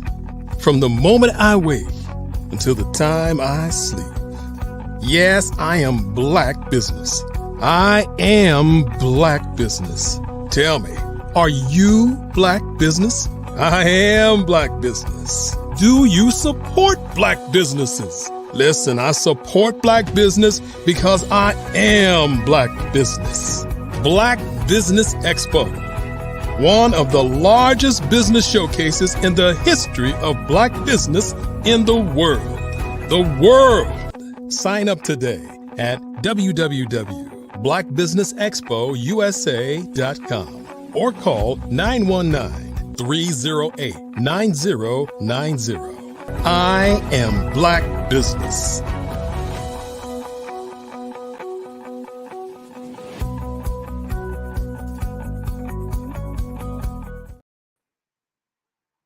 Good afternoon, business owners, entrepreneurs, thought leaders, and corporations. Welcome to the Black Business Network. My name is Latika, but I go by Teak, and I'm your business moderator for this afternoon on the Black Business Network.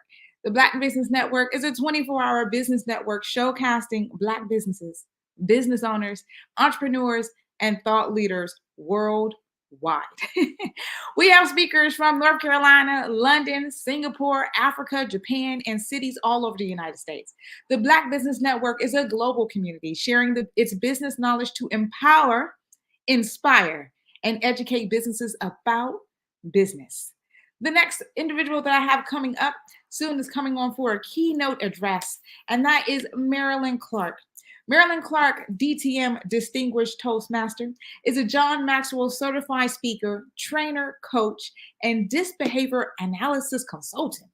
Marilyn is the founder and CEO of Mac Leadership Solutions, LLC. She's also published author and entrepreneur specializing in personal and professional growth. Marilyn has more than 30 years of business experience, including training and development, personal and professional development, leadership development, performance improvement, business and life coaching, disc, entrepreneurship, and real estate and consulting. Woo!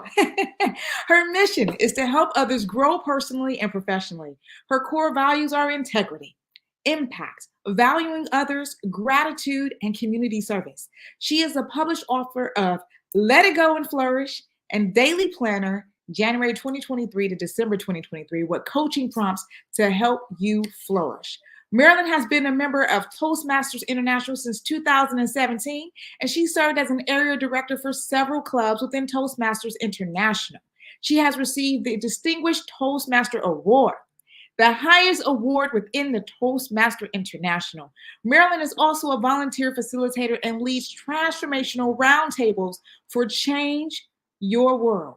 Marilyn currently serves on the board of Greater Baltimore Chamber of Commerce. She's a member of Longview Bible Church and a proud mother and grandmother to her daughter, Cameron Clark Lambert, and son-in-law, Malik Lambert, her grandson, Zayn, and her granddaughter, Zara. She enjoys spending time with her family and friends. And you can visit her website at macleaderpublicsolutions.com. Oh, beautiful souls, Black Business Network, help me welcome to the platform, Miss Marilyn Clark. Hello, Teak. It's exciting to be here. Hi, Miss Marilyn Clark. It's so exciting for you to be here. I'm looking forward to hear what you have to say today in your keynote address. So I'll say genius is coming. I'll see you on the other side. Thank you. Thank you.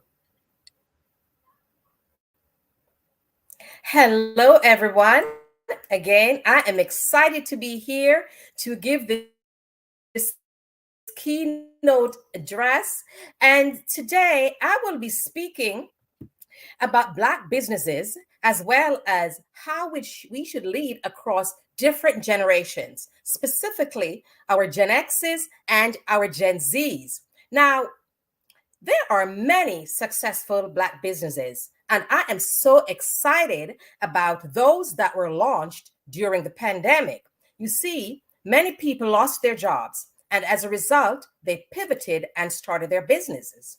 Now, why are so many Black businesses successful? It is all about leadership. Leadership matters. It is important for businesses to be successful. But before we can lead others, we must first lead ourselves. It is more difficult to lead ourselves than it is to lead others. I know that from personal experience, because self-leadership includes discipline, emotional intelligence, discipline, self-control. Leadership matters.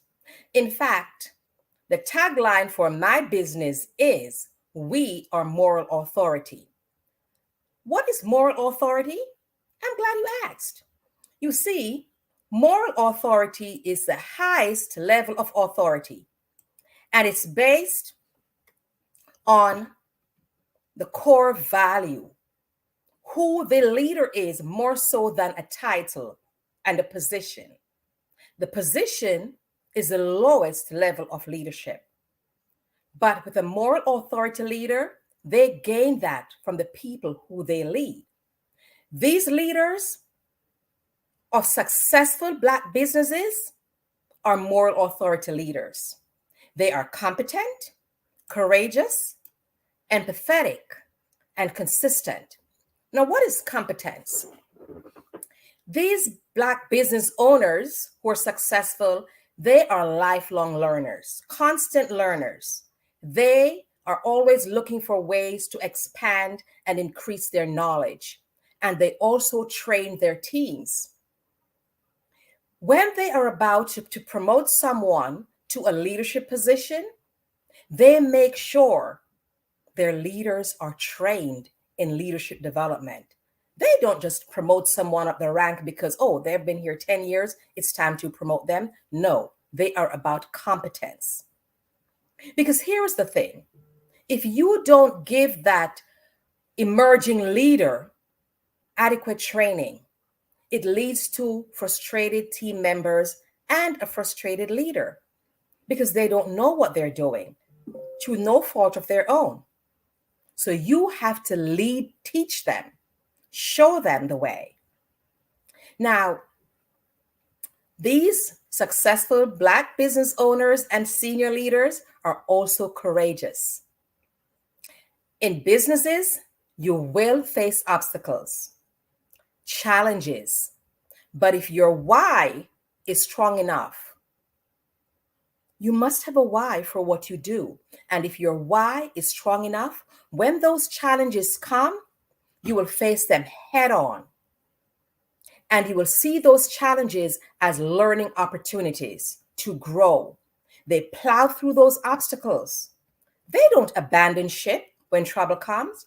They grow through their pain and challenges. And their teams watch them as they grow through those challenges. Successful business owners are also empathetic. When their teams make mistakes, they don't hammer them. They do hold them accountable, but they teach them to learn from their mistakes. They document the mistakes so that they do not repeat them. And they use that as a stepping stone to success. They recognize that nobody is perfect. Now, I'm not saying you should go look to make mistakes deliberately, but when you do, you use them as a learning experience. They recognize that failure is the condiment that gives success its flavor. Let me repeat that. Failure is the condiment that gives success its flavor. Now, with this approach to mistakes, their team members are more likely to step outside of their comfort zone into their growth zone and are more innovative and creative and are willing to speak up in meetings about any ideas that they have. They're creative. They're stepping out of their comfort zone, making and taking calculated risk so that they can succeed. But if they're being led by leaders who hammer at them when they make mistakes, they're going to shrink back because they don't feel psychologically safe. All right? Now, that's it for moral authority leadership. Let's speak more on success. All right? It is achieved when business owners and leaders have certain characteristics: vision, integrity, decisiveness, effective communication skills, accountability, optimism, empathy, and they embrace diversification. So let's dive into these characteristics and core values that these successful Black business owners have that allowed them to get to the pinnacle of their success and their businesses. Vision. Great leaders have a clear strategic vision for the future of their business, and they know how to communicate that vision to inspire followers. Here is the thing. When you share your vision with your employees, they are more likely to get on board and help you achieve that vision. But when you're not transparent, they don't know what's expected of them. So it's very important to be clear, to give clarity on where you want to go. Self-awareness is also key. Another characteristic that successful leaders have is integrity. Now, there's integrity and there's reputation. And let me give an explanation of both. Reputation is what people see, and we should strive to maintain our reputation because that's protecting our brand. All right? People see what we do, but integrity is who we are regardless of who is around. It's who we are at the very core. We're honest, we have strong morals, and we lead by example. And that builds trust and respect from your team members. If you expect one thing from your employees and you do otherwise, they can't trust you. Do you keep your promises? Or do you make promises and then you shift? No, you can't do that. They don't see you as being trustworthy. And then they can't trust you. They're less productive. Decisiveness. Strong leaders make difficult decisions every day, and they do so promptly and firmly using expert input. This demonstrates confidence and earns support from their peers and teams. It is important to put people in leadership positions who are decision makers, not people who are going to be going back and forth, but are very decisive, because sometimes immediate actions is necessary. Communication skills. Practice active listening. Successful leaders practice active listening. They listen to understand and not listening to interrupt, to put their thoughts in. They listen, they weigh the pros and cons, and then after they listen, they give their feedback. They share their thoughts. Be transparent in your communication. Let me explain something to you. A few months ago, I ran into this young lady, and she shared with me that she went to work on Monday morning and she did not see her pictures or any of her personal belongings on her desk or in her drawers. When she went to her manager to ask what's going on, that's when the manager communicated to her, well, I'm moving you to a different location on the floor. I'm putting you on another team where I think you'll be a better fit. Now, wouldn't it be better if she had a one-on-one conversation with this employee and explain to her her decisions, have an open dialogue, open, transparent communication, and said, I think you'll be a better fit on this other team. I think you will flourish over there. You will add value there. Wouldn't you think that's a better idea than to wait until the day off and let her find out that way? How can she trust her? How can this employee flourish? How can she thrive? She's going to be thinking, what next? So that leads to decreased productivity, because performance is going to be decreased and productivity will be decreased. And when that happens, think about your revenue for your company. Collaborate. Be transparent. This helps you to connect with your teams and provide clarity, and it builds loyalty and trust. These successful Black business owners embrace accountability. First, they hold themselves accountable before they hold their team members accountable. When they themselves make mistakes, they take ownership. They don't try to point fingers and cast blame on someone else. Everything rise and fall on leadership. Dr. John C. Maxwell. So you as a leader should embrace accountability and take ownership for what happens on your watch. Hold your employees accountable for goals, and conduct drives results. Another characteristic is optimism. These strong leaders demonstrate and embrace positivity and confidence that goals can be achieved. And goals can be achieved if you show your teams how to set strategic, smart goals. And you provide them with the training that they need to accomplish these goals so that you can benefit, your organization can benefit. That's a win-win for both. And this energizes and motivates the teams when you are optimistic. You have trust in them. It empowers them. You learn the skill of delegation. First, find team members who you can trust, give them the adequate training, and you can prepare them for delegation. Here is the thing: great leaders create great leaders. You should always be looking to create leaders in your organization. And you empower them to lead others. It builds loyalty, it builds trust, and it heightens morale. You build stronger teams.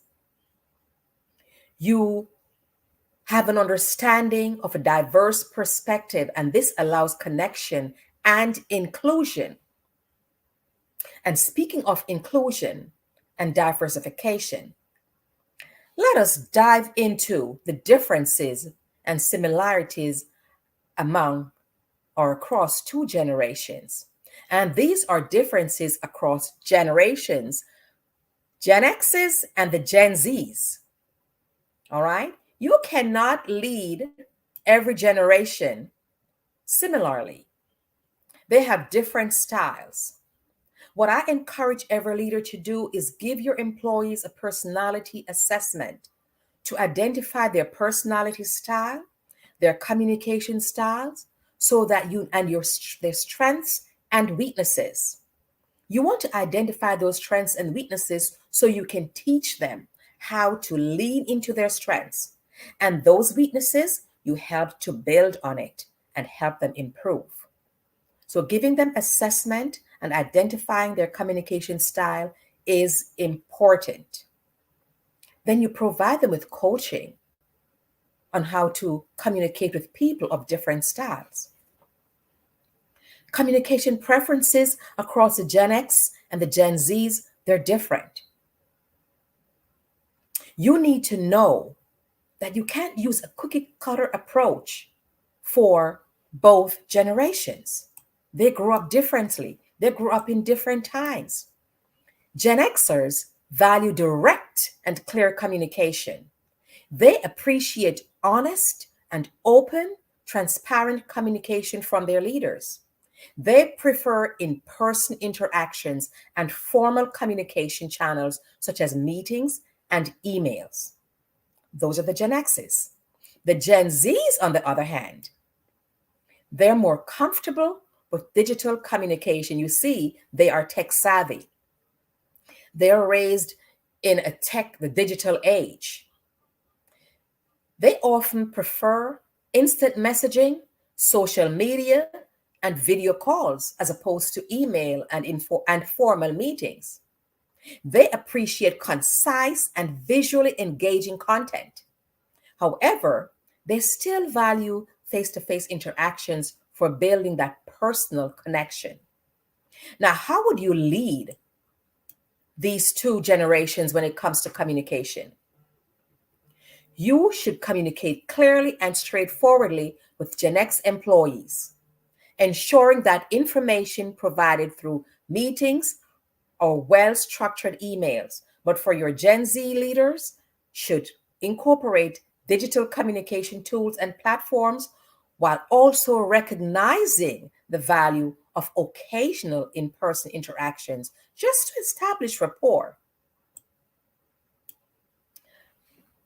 When it comes to work-life balance with Gen X and Gen Z employees, for Gen X employees, work-life balance is important. They value flexibility and autonomy in their work schedules. They're often seeking stability and security in their careers, and they aim to balance their professional and personal lives. All right, the Gen Zs, they place a strong emphasis on work-life integration. They want you to integrate both. They're comfortable with technology, and they blur the lines between work and personal life. They seek meaningful and flexible working environment and working arrangements. They value opportunities to learn and grow. More than the Gen X's, the Gen Z workers highly valuable work-life balance, and they prioritize it in their careers. They grew up watching millennials hustle in jobs with poor work-life integration, and Gen Zs tend to find greater equilibrium. Another thing, surveys have shown flexibility is one of the most desirable work attributes for Gen Zs. They want flexibility. They want to have a fluid work schedule between remote and office work so that they can effectively manage their personal lives. Personal life is very important to our Gen Zs because they feel that with digital connectivity, they see no reason why they can't work productively from anywhere at non-traditional times. For example, they don't see why they can't start early, then log off their computers, enjoy their personal life, and log on later in the evenings, as long as they're getting the work done. They want that fluidity. They desire roles that engage their passions and provide meaning. For them, it's not just a job. They want meaningful work, and it's about purpose for the Gen Zs. They are not willing to sacrifice their values or their relationships or their well-being for work. They seek employment that aligns with their lifestyles and their interest. Rather than deriving their entire identity from work, Gen Zs consider their jobs as just one aspect of a rich, multidimensional life. They are spearheading cultural shift away from a constant hustle. All right. So organizations that provide Gen Z's flexibility and purposeful work and reasonable workloads will have high engagement levels. That's what they want. And if they don't get it, you're going to have a high turnover in your organization. How would you lead them? Leaders should respect the work-life balance preferences of Gen X by providing flexible scheduling options and supporting their need for stability. With the Gen Zs, you should offer opportunities for skill development and provide work environment that allows for work-life integration. Recognize that they might appreciate different ways of working. So the Gen Xs, they want a work-life balance, and the Gen Zs, they want work-life integration. The next thing is feeding your feedback and recognition. Let's look at how the Gen Xs approach that as well as the Gen Zs. Gen Xers value recognition for their experience, expertise, and contributions. They appreciate constructive feedback and opportunities for growth. They view regular feedback to understand their progress and areas for improvement. So they welcome regular feedback because they want to see how they're progressing. Gen Zs, on the other hand, they seek frequent feedback and recognition for their efforts, and they appreciate both positive reinforcement and constructive criticism. They are motivated by opportunities to learn and advance quickly in their roles. Wow. Now, as a business owner and leader, how should you approach your leadership style with them? You should provide consistent feedback and recognition to your Gen Xs. acknowledge their experience, and provide opportunities for professional development. On the other hand, for your Gen Zs, you should offer timely feedback and highlight their achievements and provide a clear pathway for growth within the organization. So there's a difference in how you lead Gen Xs and Gen Zs. Let's look at the leadership style, how Gen Xs and Gen Zs view leadership styles. Gen X responds well to hands-on leadership approach that provides clear expectations and guidelines. They appreciate leaders who are knowledgeable and experienced, and they respect a collaborative leadership style effectively. That works well for the Gen Xs. Collaboration. The Gen Zs, on the other hand, they value inclusive and participatory leadership. They want to be involved in how you lead them. They respond positively to you if you're open to their ideas and encourage innovation, and if you provide a sense of purpose for them. They appreciate you if you give them access and if you are approachable. So when leading Gen Xs, you would need to adjust your leadership approach. Exhibit a hands-on approach when you're working with your Gen Xs. But for your Gen Zs, you want to encourage a participatory leadership style that fosters creativity and involve them in your decision-making and communicate the greater purpose of their work. Remember, the Gen Zs, they want work that is meaningful, that aligns with their passion and their purpose. So keep that in mind. All right. Technology usage. Gen X employees, they adapt to technology because we all have to embrace technology no matter what generation we are in, right?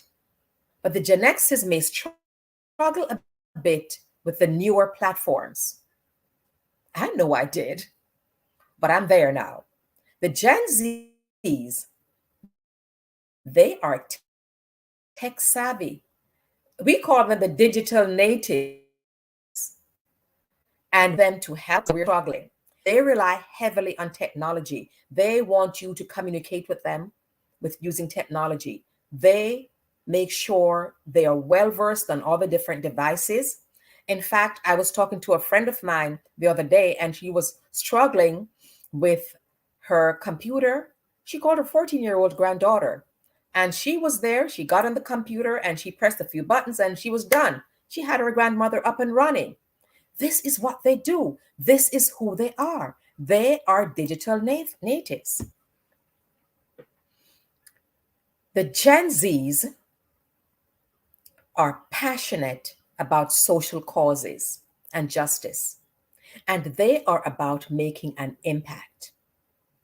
They are activists. They are assertive. Gen Zs are more assertive and forthright. And why is that? They grew up with social media. They're very comfortable publicly expressing their views, and they advocate for change. Now, I grew up in an era where I was told that children should be seen and not heard. And I took that literally. Even I'm a very talkative person, but when I'm told that, because growing up in the Caribbean, you're raised differently. You should be seen and not heard. And that causes a lot of children to shrink back. And I shrunk back a little. But then I learned to live according to who I know I am and whose I am. Gen Zs believe their voices deserve to be heard. So you telling a Gen Z they should be seen and not heard, that's not going to work well with them. They are advocate, they speak up. Back then, the same problems that we face in the workplace Millennials and Gen X's faced them, but they were not outspoken. They did not speak up as much for themselves. But the Gen Zs today, they're very much outspoken. Gen X, they're more skeptical of authority. They will directly question leadership decisions, but in a less confrontational manner than Gen Zs. Gen Zs, they demand responsiveness. If their desires are not addressed, they may escalate advocacy through protest or they quit. Unlike older generations like millennials and Gen X's, Gen Zs expect a dialogue and compromise. While forceful in voicing wants, Gen Zs do value mutual understanding, and they do value reaching solutions together. So even though they may voice their opinion and voice their desires, they want to come to a solution together. So overall, Gen Zs have high expectations for being heard and for influencing outcomes. With social consciousness and causes, Gen Zs are particularly uncompromising. They prize open communication, transparency, and meaningful change. Someone spoke to me the other day and told me that his 13-year-old niece made so much money on Etsy. And that brings me to entrepreneurship and Gen X's and Gen Z's. When it comes to entrepreneurship, Gen X's and Gen Z's embrace that. But Gen X's are motivated by independence and control over their careers, whereas Gen Z's are motivated by passion and projects that embrace creative self-expression. Gen X's will carefully research and build business plans before launching their business. But the Gen Z's, they're more likely to jump in with a minimum viable product to test ideas. Okay? Gen X's use entrepreneurship to capitalize on their experience and expertise, while Gen Z's leverage their youthful energy and digital skills because they're tech savvy. Gen X build networks and partnership carefully over time, while Gen Z, they harness their online networks and influencer marketing. They're out there. They like to express themselves, and they do that in social media. It's who they are. That's their approach. When it comes to Gen X, they seek work-life balance despite the demands of entrepreneurship. But the Gen Z, they accept work-life integration, that is, work-life blend together. Gen Z views failure as a learning opportunity, and they are willing to pivot. So, in summary, to wrap this up, here are some key takeaways. Leaders must embrace a moral authority level of leadership. They should include competency, consistency, courage, and empathy. Organizations that provide Gen Z's flexibility, purposeful work, and reasonable workloads will have high engagement levels. It promotes true work-life integration for Gen Zs, and they deliver returns in innovation, loyalty, and productivity. Work-life integration for them, not a balance. Compared to other generations, Gen Zs tend to be more entrepreneurial. They're comfortable with change, and they insist on aligning their work and their personal lives because they grew up with more economic caution and responded poorer to traditional hierarchical manager style.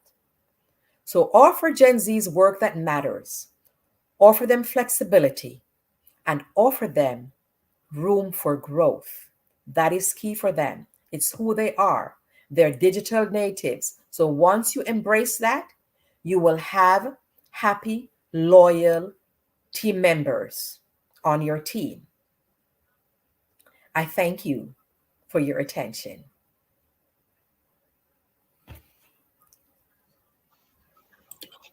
Oh, Miss Marilyn. Oh, that was just wonderful. You gave me some insight and some gems there. Thank you so much for that information around Generation X and Generation Zs. I'm sure all the beautiful people that are watching today will take that into consideration as they move forward with having them in their businesses.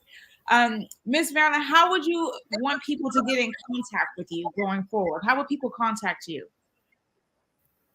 They can click on my digital business card, which is meetmerlin.com, meetmerlin.com, or on my website, www.macleadershipsolutionsllc.com, www.macleadershipsolutionsllc.com, or meetmerlin.com. I love it. You've heard it today here on Black Business Network. Thank you very much, Ms. Marilyn A. Clark, for joining us this afternoon. Genius is common, and I'll see you on the other side. Thank you. The Black Business Expo mission is to raise funds for high school seniors going to college from K through 12 entrepreneurs. This expo is a fundraiser for students. You may go to www.blackbusinessexpousa.com to donate to the scholarship fund, or use the Cash App that's on the screen below that should say $BBXUSA. Our goal is to give laptops up to $5,000 to 10 students. Students can register online at www.blackbusinessexpousa.com. Every dollar counts, so we want to remind you to donate to the scholarship fund. We want to thank our Black Business Expo USA sponsors, as a whole list. Genius is coming, and I'll see you on the other side.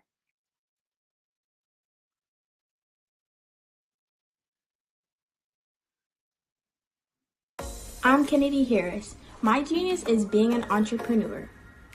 I'm the CEO of K-Lock, a company where I develop my very own line of kids supplements. I currently market my multivitamin for kids to help combat weak immunity. During the pandemic, research has shown that having a strong immune system is key to fighting off disease. My vitamins are for kids, but adults can benefit from them as well. I'm adding a proprietary blend to my supplement line. I want to create my own blend so that I have a competitive edge in the marketplace. Staying healthy is important to me so that we live longer and have healthier lives. My website is klockproducts.com. That is K-L-O-C-K. Genius is common.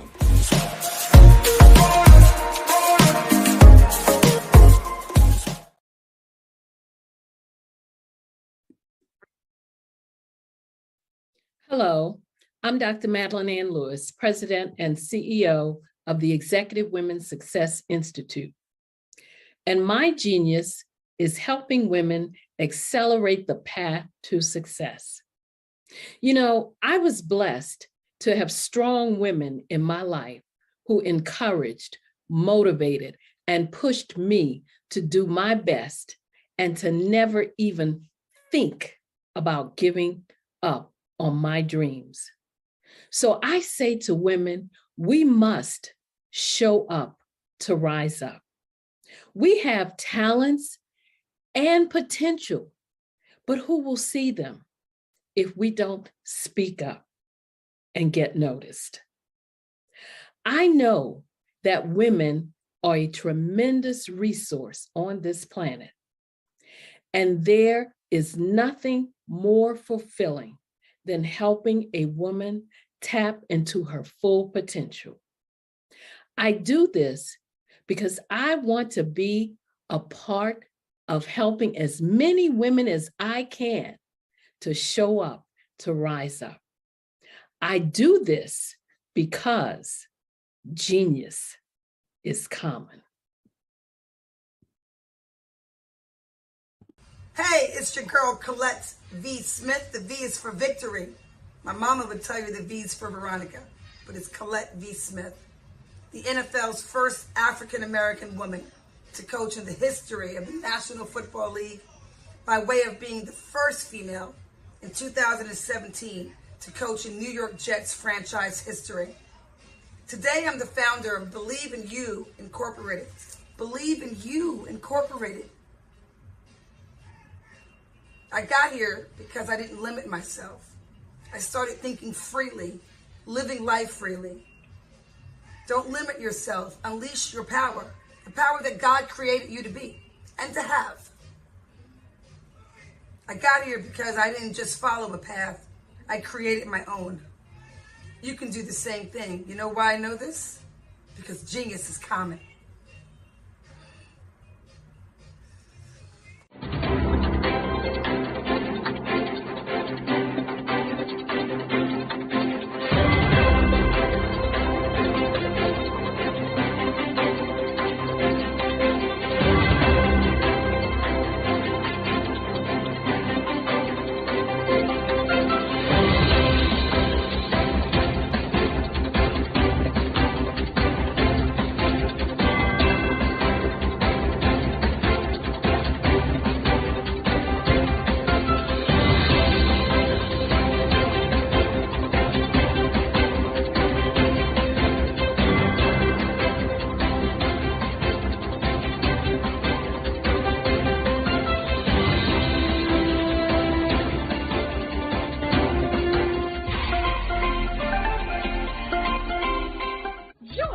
Dr. Eric Kelly III and a host of phenomenal speakers from all around the globe for this 7-day virtual event that you don't want to miss. The mission of the Black Business Expo is to raise scholarship money from kids all the way from high school, all the way from college. The Black Business Olympics is one of the largest Black business showcases in the world. It is an opportunity for businesses and companies to showcase their businesses globally. We are going to be giving away laptops up to $5,000 away to students. Again, I'm Olivia Appleberry, the founder of 2 Cents Finance and one of the speakers for the expo. I am so excited to see you there. For more info, go to www.blackbusinessexpousa.com or call 919-308-9090 and hope to see you there. I am Black Business. From the moment I wake until the time I sleep. Yes, I am Black Business. I am Black Business. Tell me, are you Black Business? I am Black Business. Do you support Black businesses? Listen, I support Black business because I am Black Business. Black Business Expo, one of the largest business showcases in the history of Black business in the world. The world! Sign up today at www.blackbusinessexpousa.com or call 919-308-9090. I am Black Business. I am Black Business. From the moment I wake until the time I sleep, I am Black Business. I am Black Business. Are you Black Business? I am Black Business. Do you support Black businesses? I support Black business because I am Black Business. Black Business Expo, one of the largest business showcases in the history of Black America in North Carolina. Join Dr. Eric Kelly III and a host of phenomenal speakers from all around the globe for this 7-day virtual event that you don't want to miss. The mission of the Black Business Expo is to raise scholarship money from kids all the way from high school, all the way from college. The Black Business Olympics is one of the largest Black business showcases in the world. It is an opportunity for businesses and companies to showcase their businesses globally. We are going to be giving away laptops up to $5,000 away to students. Again, I'm Olivia Appleberry, the founder of 2 Cents Finance and one of the speakers for the expo. I am so excited to see you there. For more info, go to www.blackbusinessexpousa.com or call 919-308-9090 and hope to see you there. I am Black Business. From the moment I wake until the time I sleep. Yes, I am Black Business. I am Black Business. Tell me, are you Black Business? I am Black Business. Do you support Black businesses? Listen, I support Black business because I am Black Business. Black Business Expo, one of the largest business showcases in the history of Black business in the world.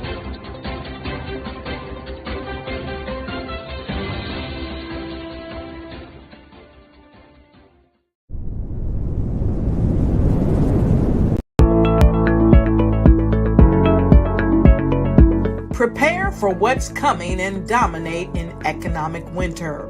Stand strong and thrive by showcasing your great products and services globally through the Black Business Network and Black Business Olympics. The Black Business Network has showcased over 2,000 companies with over $7 billion in sales each year. Over 10 million attendees have viewed the rebroadcast each month. Through the Black Business Olympics, unique styles of business training and mentoring are turning students into business owners and entrepreneurial warriors who will dominate in any economy. Gain the ultimate advantage of the Black Business Olympics, 7 days of unbelievable topics and speakers speaking around the globe. Donate your time and experience to provide expertise and scholarships to students worldwide and change the world. Now, more than ever, new insights, tools, strategies, and capabilities are needed. This is your chance for a major presentation to the world. Fill out the form and join the more than 2,000 speakers who have presented to over 200 countries. Join the Black Business Network streaming live into the Metaverse, STEM City, Black Multiverse Enterprises, Hulu, Amazon, YouTube, iHeartRadio, Apple, Facebook, LinkedIn, Pod TV, IBM TV, Spotify, and Google Podcasts. Sign up today. Spaces are limited, and we will see you there.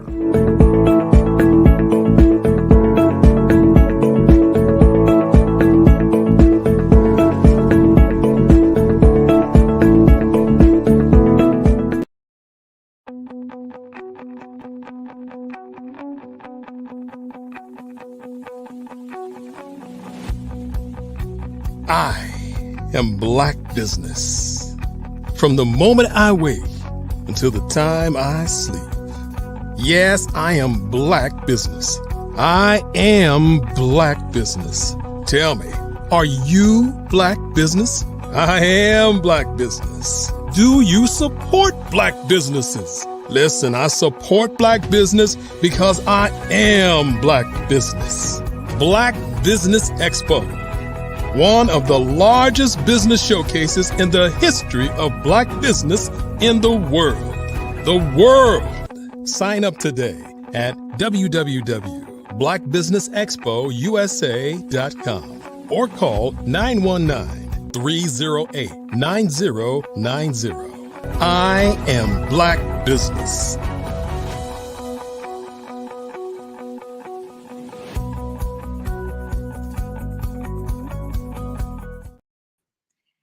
Good afternoon, business owners, entrepreneurs, thought leaders, and corporations. Welcome to the Black Business Network. My name is Spiritual Teak, and I'm your business moderator for this afternoon on the Black Business Network.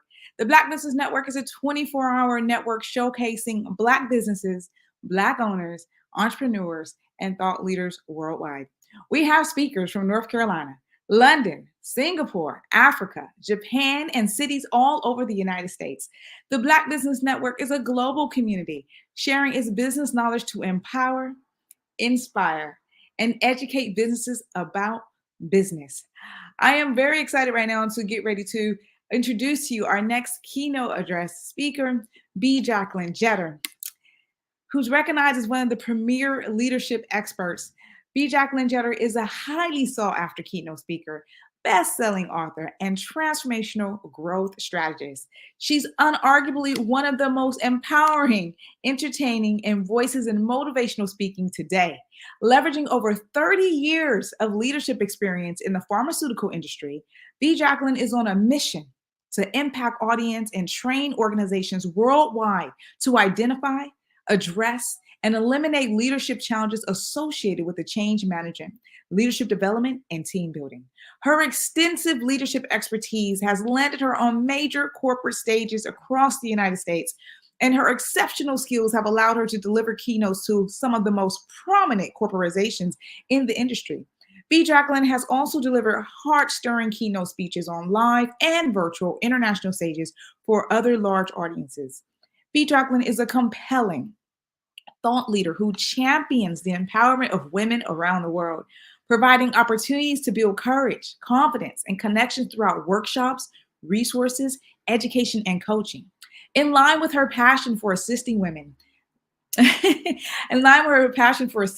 succeed, B. Jacqueline founded Growth, Lead, and Prosper, a global personal and professional training and leadership development company focused on equipping women with skills and strategies to conquer limited mindsets that deter them from operating in their purpose and full potential.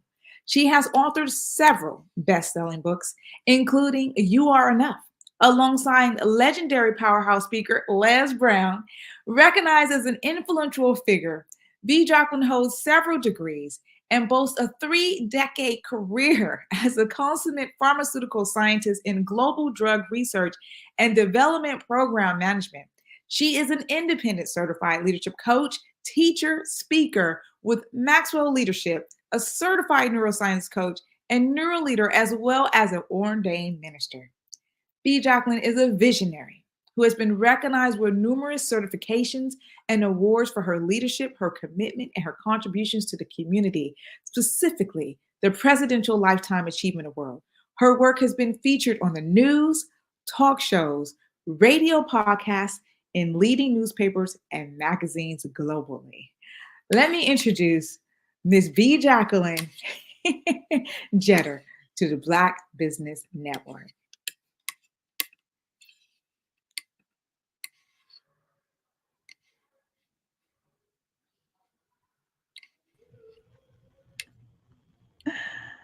Oh my goodness. Miss B. Jacqueline, I had such a mouthful. My cheeks start to hurt because I'm like, what amazingness that we have here. I was like, what happened to the screen? Dr. Kelly was pulling me back and forth. So, so sorry for the delay. But thank you for having me today. Awesome. Awesome. Genius is coming, and I'll see you on the other side.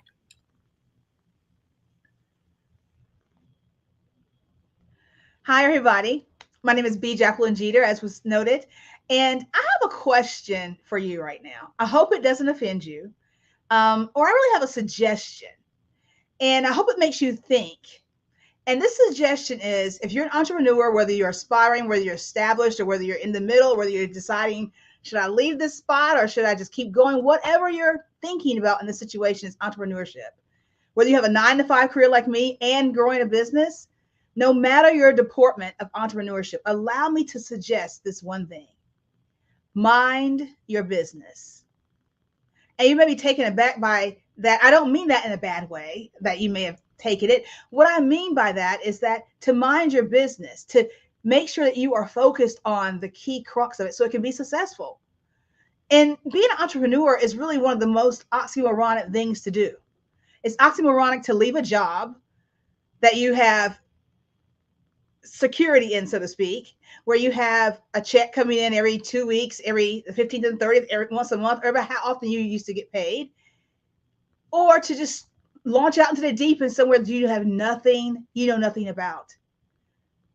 It is definitely something that to be considered. Entrepreneurship is, and it's not for the faint of heart.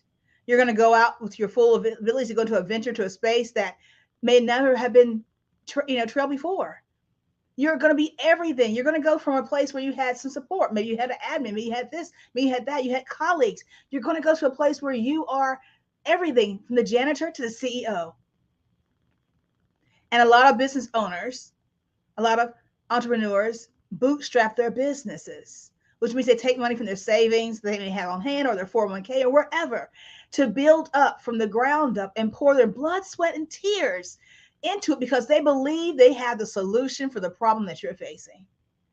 Entrepreneurship is not for the faint of heart. And I've said that before, and you'll hear me say that again. And therefore, there's such a thing as having an entrepreneur mindset. And I want to chat briefly with you about that today. I'm a transformational growth strategist and mindset strategist, and I equip women, as was said before, women in organizations to identify those blocks that keep them bound from being that totally productive and totally prosperous and totally successful entity they are, and assist them to craft a solution and then empower them to execute on that said solution. So in other words, I help you ice your leadership, ice your success. Before we get into the nitty-gritty of what an entrepreneurial mindset really is and some things about growth mindset and fixed mindset, I want to share with you some interesting and maybe startling statistics. Top small business failure statistics. Over 22% of new small businesses and startups survive. Only 22% of new small businesses and startups survive their first year in business. Only 22%. 30% of U.S. businesses fail in the second year. Half of all small businesses in America, half of them fail in the first 5 years. Around 70% of small business owners fail in their 10th year. 25% of small businesses will last 15 years or more. Every year, 600,000 new small businesses start in the U.S. And approximately 90% of startups will fail. Roughly only 60% of new businesses overcome the second year hurdle. And 42% of those small businesses fail because people did not want what they were selling. Nearly 30% of small businesses fail because they ran out of cash. According to the U.S. Bureau of Labor and Statistics, more than 20% of small businesses in the U.S. end up failing within a year, as I said before. And around 5 years, that's at 50%. And after 10 years, only 30% are still running. So once you pass that 15-year mark in business, you still only have a 25% chance of surviving. Surprisingly, business failure rates are relatively consistent over time. So are you still tuned in? Are you still there? I know those are really startling, but it should drive home the need and the importance of being able to, of needing an entrepreneur mindset. One would need to be able to not only think different, but to think differently as an entrepreneur. I want you to consider this. You're building your dream house. It could be at the lake, it could be in the mountains, it could be a mansion, it could be whatever your dream house is. Get that in your mind right now. Your perfect dream house. You've got everything together. The specs are perfect. Everything is everything you want. The landscape is exquisite. Everything inside is exactly the way you want it. That chair, that sofa, that rug, everything is where you want it to be. It is perfect. Now imagine coming home or waking up and you're looking at a big hole in the ground. Everything's collapsed into this hole. I'm going to let that sit there for a minute while you get the visual of that. Your dream is now just sucked into a hole. You see, the reason why it probably collapsed is because the foundation of it was not sure. The first thing that happens when building a home is they go and prepare the ground to be able to support the house that's going to sit there. They prepare the ground, that they put in the footings, they put it, and they lay the foundation. They map it out and they lay the foundation. And then they wait for the foundation to kind of set a little bit. And then they start building. What is the point of building your dream home when you don't have a good foundation? The same thing goes for when you're building your business. When you don't have the right foundation or a good foundation, over the years, those statistics could be yours, where you're looking at a failure. And even with a good foundation, the same thing could happen. Over time, with a good foundation, even in a home, you'll see cracks in the ceiling. You may see a crack here, or maybe a door doesn't close normally the way it used to, it may stick or something like that. Or maybe a pin rolls across the table when it used to stay static. Those are clues that tell you that something in the foundation has shifted, and it probably needs to be looked at. It may not be anything major, but you do need to do an assessment of what it is, right? The same thing happens with our lives, with our jobs, with our businesses. And as entrepreneurs, you have to notice the signs. But first, the first thing you need to do is to make sure that your business is built on a sound foundation. So that foundation is the foundation that I'm talking about. It's the foundation of our mind, our mindset. It's the soil which supports the growth of our lives. That is why it's important to have a healthy and positive mindset. The mind is a very powerful tool, and it ultimately determines who you are as a person. It's also known as mindset. This sorry, earrings moved. This frame of mind, it impacts how you make sense of the world as well as of yourself. So in other words, a mindset is a set of beliefs and thoughts which influence the way you handle any given situation. It pretty much dictates your personality, helping you sort out what's what and what's going on around you and what you should do about it. It helps you with your life experiences and things like that. And those life experiences, along with genetics, do come together to help frame your attitudes and beliefs. And since both of those have an important part to play in mindset, it helps you to know that what those two factors are all about. So first off, I'm going to get a little bit about attitude before we get into the entrepreneurial piece. But your attitude is something that how you feel about it, about something, especially when it shows in the way you behave. So your attitude can have different components, such as an emotional component or how something or someone makes you feel. You first want to say, oh, they have a bad attitude about that. That's just how they feel about that situation. Then there's that cognitive component, which is how you or what you think about a subject.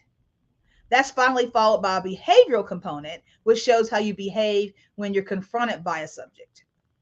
Then there are your beliefs, and they are merely feelings of certainty about something. Beliefs are based on ideas, and when at a specific point these ideas start to feel certain, they turn into beliefs. So beliefs in turn shape your attitude, which in turn shape your mindset. Attitudes and beliefs then give rise to habits, which are a direct reflection of your mindset as well. I'm going to use a story that I use in many trainings that I've had before in different situations, but it's a story, excuse me, of a young girl who was helping her mother, her grandmother, and her great Gigi prepare for Christmas dinner.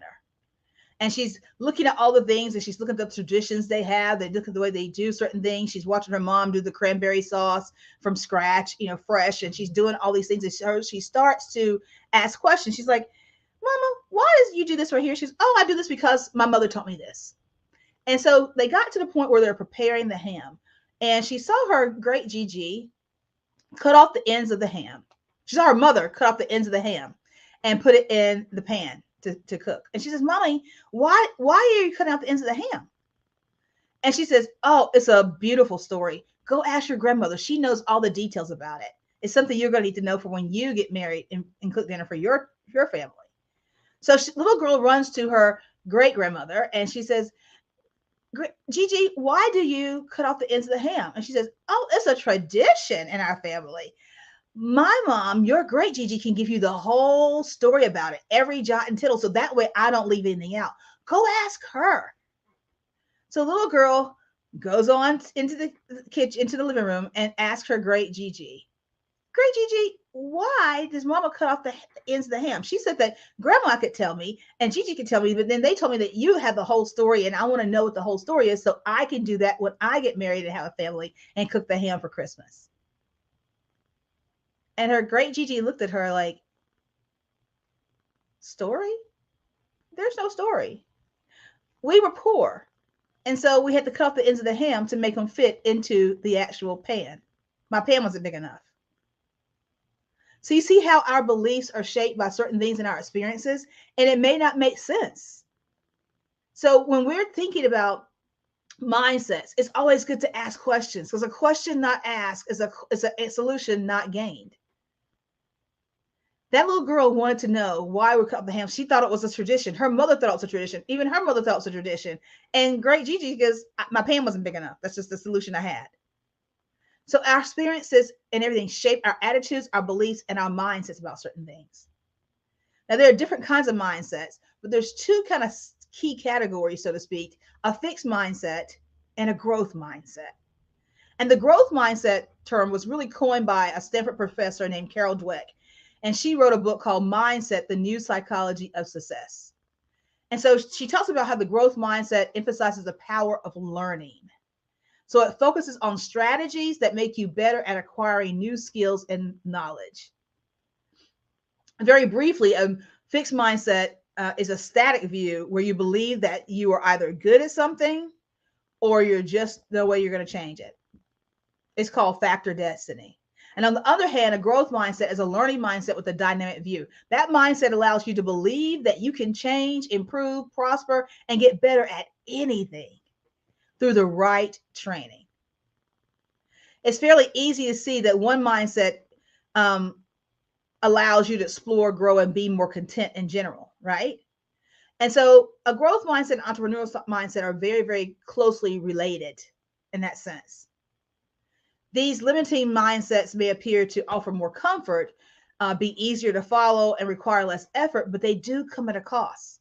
Not only do they repel the good that you could do and the good opportunities in life, but they can also hold you back from achieving your full potential. So let's look at the power of a growth mindset and what that does for you. And be thinking about this in an entrepreneurial space and see where there's entrepreneurial places, where entrepreneurship is applicable in this, what I'm going to tell you about. So a growth mindset allows people to view themselves as capable of doing well at almost anything in all settings. When you think about my great nephew is a football player. He is with the Green Bay Packers. And I've watched him from being a young man and his resolve, and a young boy, and his resolve and his mindset is so amazing.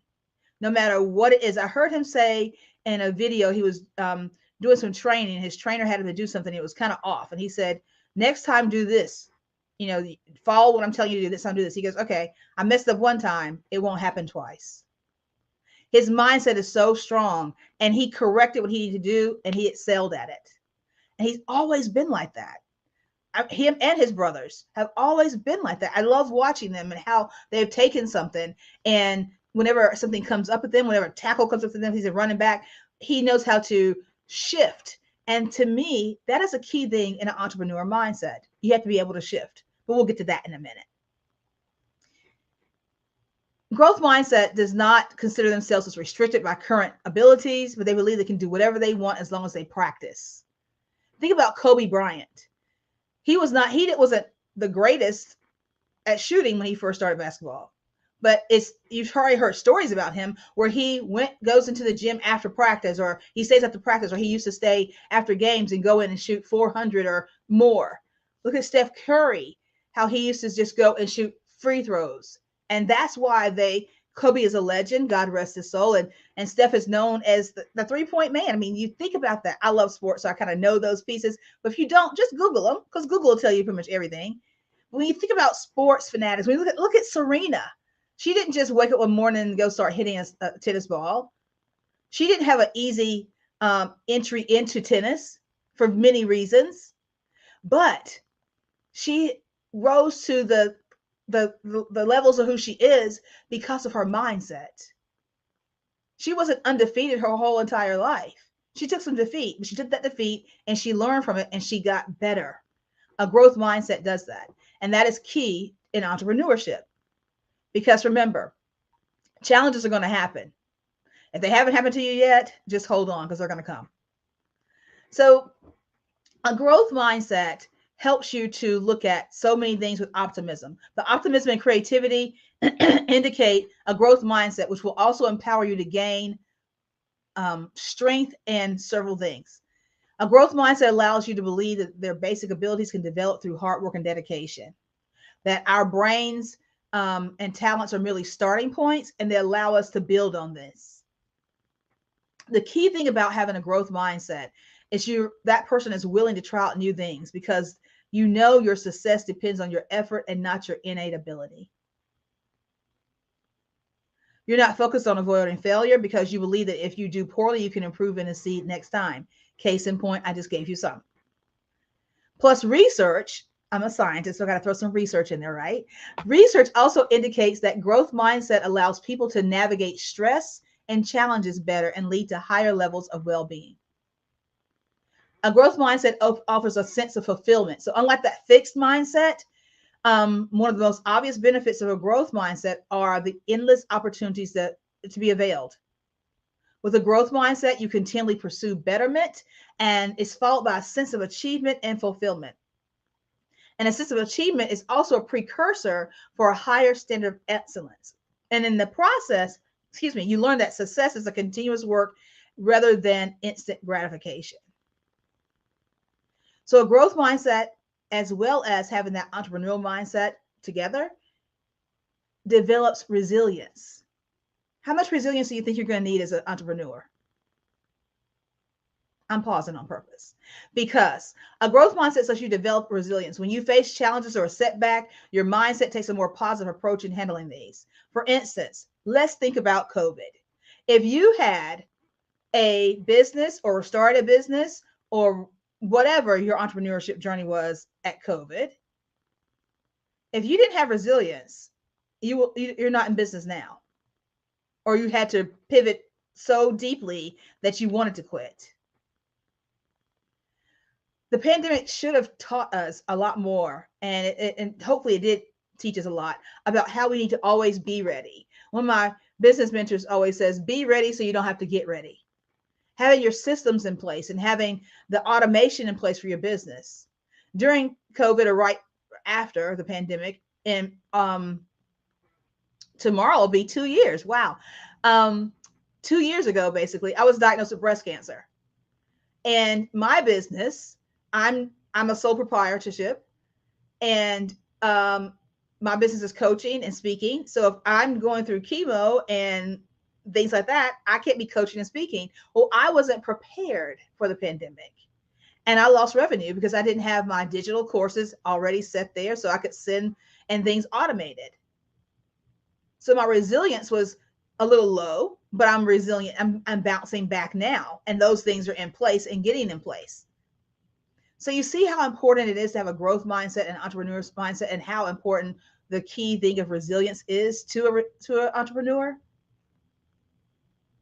It is important. I want you to think about this. Again, I'm a coach, I'm a strategist, and I'm also a scientist, and I'm a teacher. So I want you to think about this. I want you to write this down. If you're driving, don't do it because no one needs you to be out on the side of the road.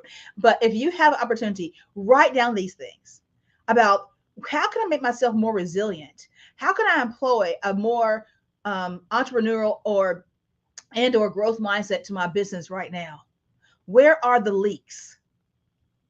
Where are the places that are gaps? Where's that Swiss cheese hole that I need to fill in case something else comes up? Because nobody had ever had an experience with a pandemic. And we thought the pandemic was going to last for like a few months. And we see we're still feeling the effects of it because COVID is here to stay. Things have opened back up, but there's still, we're just now really trying to getting to a space where we can actually move forward as we were before. 2019 is no more. Life before COVID is a distant memory. So what are you doing in your business, and how are you thinking about your business right now? Are you minding your business? I hope so. So another thing that having a growth or entrepreneurial mindset does is that it guards against or buffers against demotivation. People with a growth mindset or entrepreneurial mindset seek out opportunities and challenges to engage them rather than get satisfied with the results they have. I made $100,000. I hit 6 figures. Yay. They look at ways to go from low 6 figures to mid 6 figures to high 6 figures to 7 figures. This means that being motivated to do more, being more process oriented rather than purely result oriented. People like this thrive when they are in the process of doing something. The process presents a learning opportunity and it stimulates them and drives us, I say them, but I'm saying us, drives us on to do even more. So think about that. It also encourages perseverance. A growth mindset or entrepreneurial mindset demands perseverance. Whether there's a pandemic or not, you got to be persevering in entrepreneurship because you're not going to be the only one. It may be you and 10,000 other people who have a t-shirt business, but you have to be very strategic and persevere through those challenges where you have an up market, down market. The focus of a growth mindset is not to concentrate on what happens to you, but on what happens for you. So perseverance also means kicking fear of failure out the door. You may go to a conference and see someone else is vending something similar to you. You may have the inclination to say, I'm just going to pack up and leave because they're doing the same thing and they look like they're set up better. And I don't know how I'm going to be able to compete with them. I'm not going to be able to make the money I projected in my KPIs. Perseverance of a growth mindset helps you to kick that fear out the door and say, they're going to do their revenue, but I'm going to focus on mine. This amounts to taking chances when opportunities present themselves and to not limit yourself in an overly cautious or paranoid life. Tenacity is also part of that. It's an essential ingredient for having a entrepreneurial and growth mindset. And since you can't always have 100% success rate with every challenge you tackle, tenacity will help you reflect on your failures in the right manner. Not looking at it like I failed, but looking at it like a growth mindset would and say, what happened here and how can we make it better? What was the root cause of this happening? Should we have a bigger table, smaller table? Should we have had more digital things? What can we have done to make this a better outcome that we expected? Failure to find a solution usually opens up an opportunity for you to work on your skills and learn something new.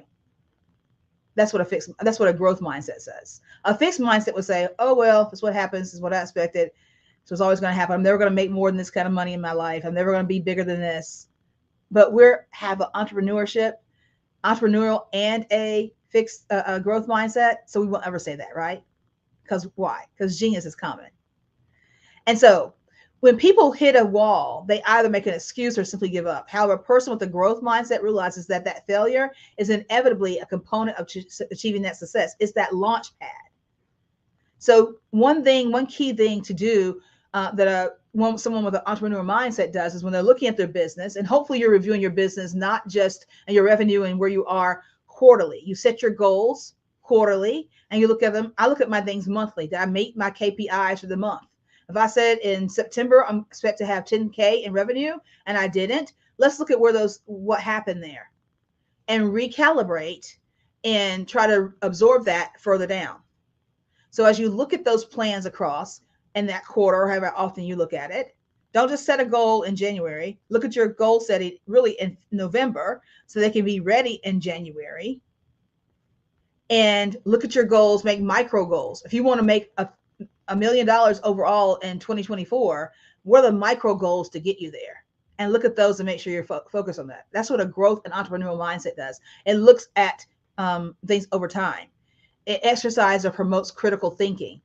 So when you talk about learning, making mistakes is a must because it forces you to identify where the mistake happened or where the issue happened or disconnect happened. And that helps you not only pinpoint a solution, but also develop the critical thinking and another solution for getting through it. Right? So, you still with me? Are you minding your business? I hope so. You hear the cliche a lot of times, practice makes perfect. So not to overuse that, but a growth mindset does, practice does indeed make perfect, or more accurately, a lot better at what you get a lot better at what you practice. So since the growth mindset is triggered by a more dedication for learning as opposed to yearning for approval, practice and effort promote qualities like creativity and intelligence.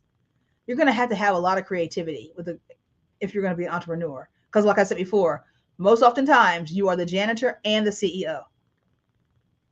Individuals with this mindset neither get discouraged by failure, nor they consider themselves as failing, but as learning. Another key thing about entrepreneur or growth mindset is innovation. You have to be innovative. When I say the names of these companies, what do you think about? And you can put it in the comments. I think you can put comments in YouTube, or you can just think about it and put it on your paper or whatever you're doing. But when I think about Sears, Blockbuster, Circuit City, Bed Bath and Beyond, most recently, 9 times out of 10, if you look back at how the processes went for them, they probably did not innovate. I remember reading an article about Sears, and the president there was saying that we are Sears. They went off their name. We're Sears. We have the Sears catalog.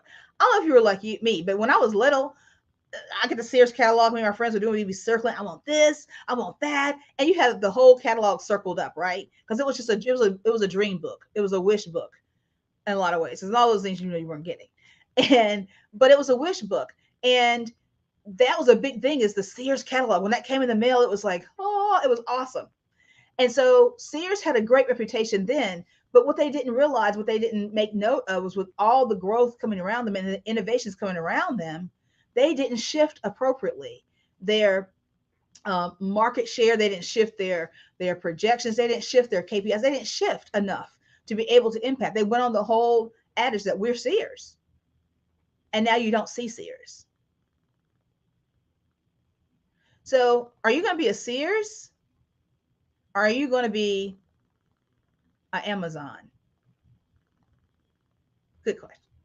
So mindset is important because it's in everything that we do. Your individual mindset can open doors for you, or also can set serious limitations based on your beliefs, we talked about before, and approach in different scenarios. So that means that your mindset can help you spot opportunities that can equally trap you in self-defeating cycles.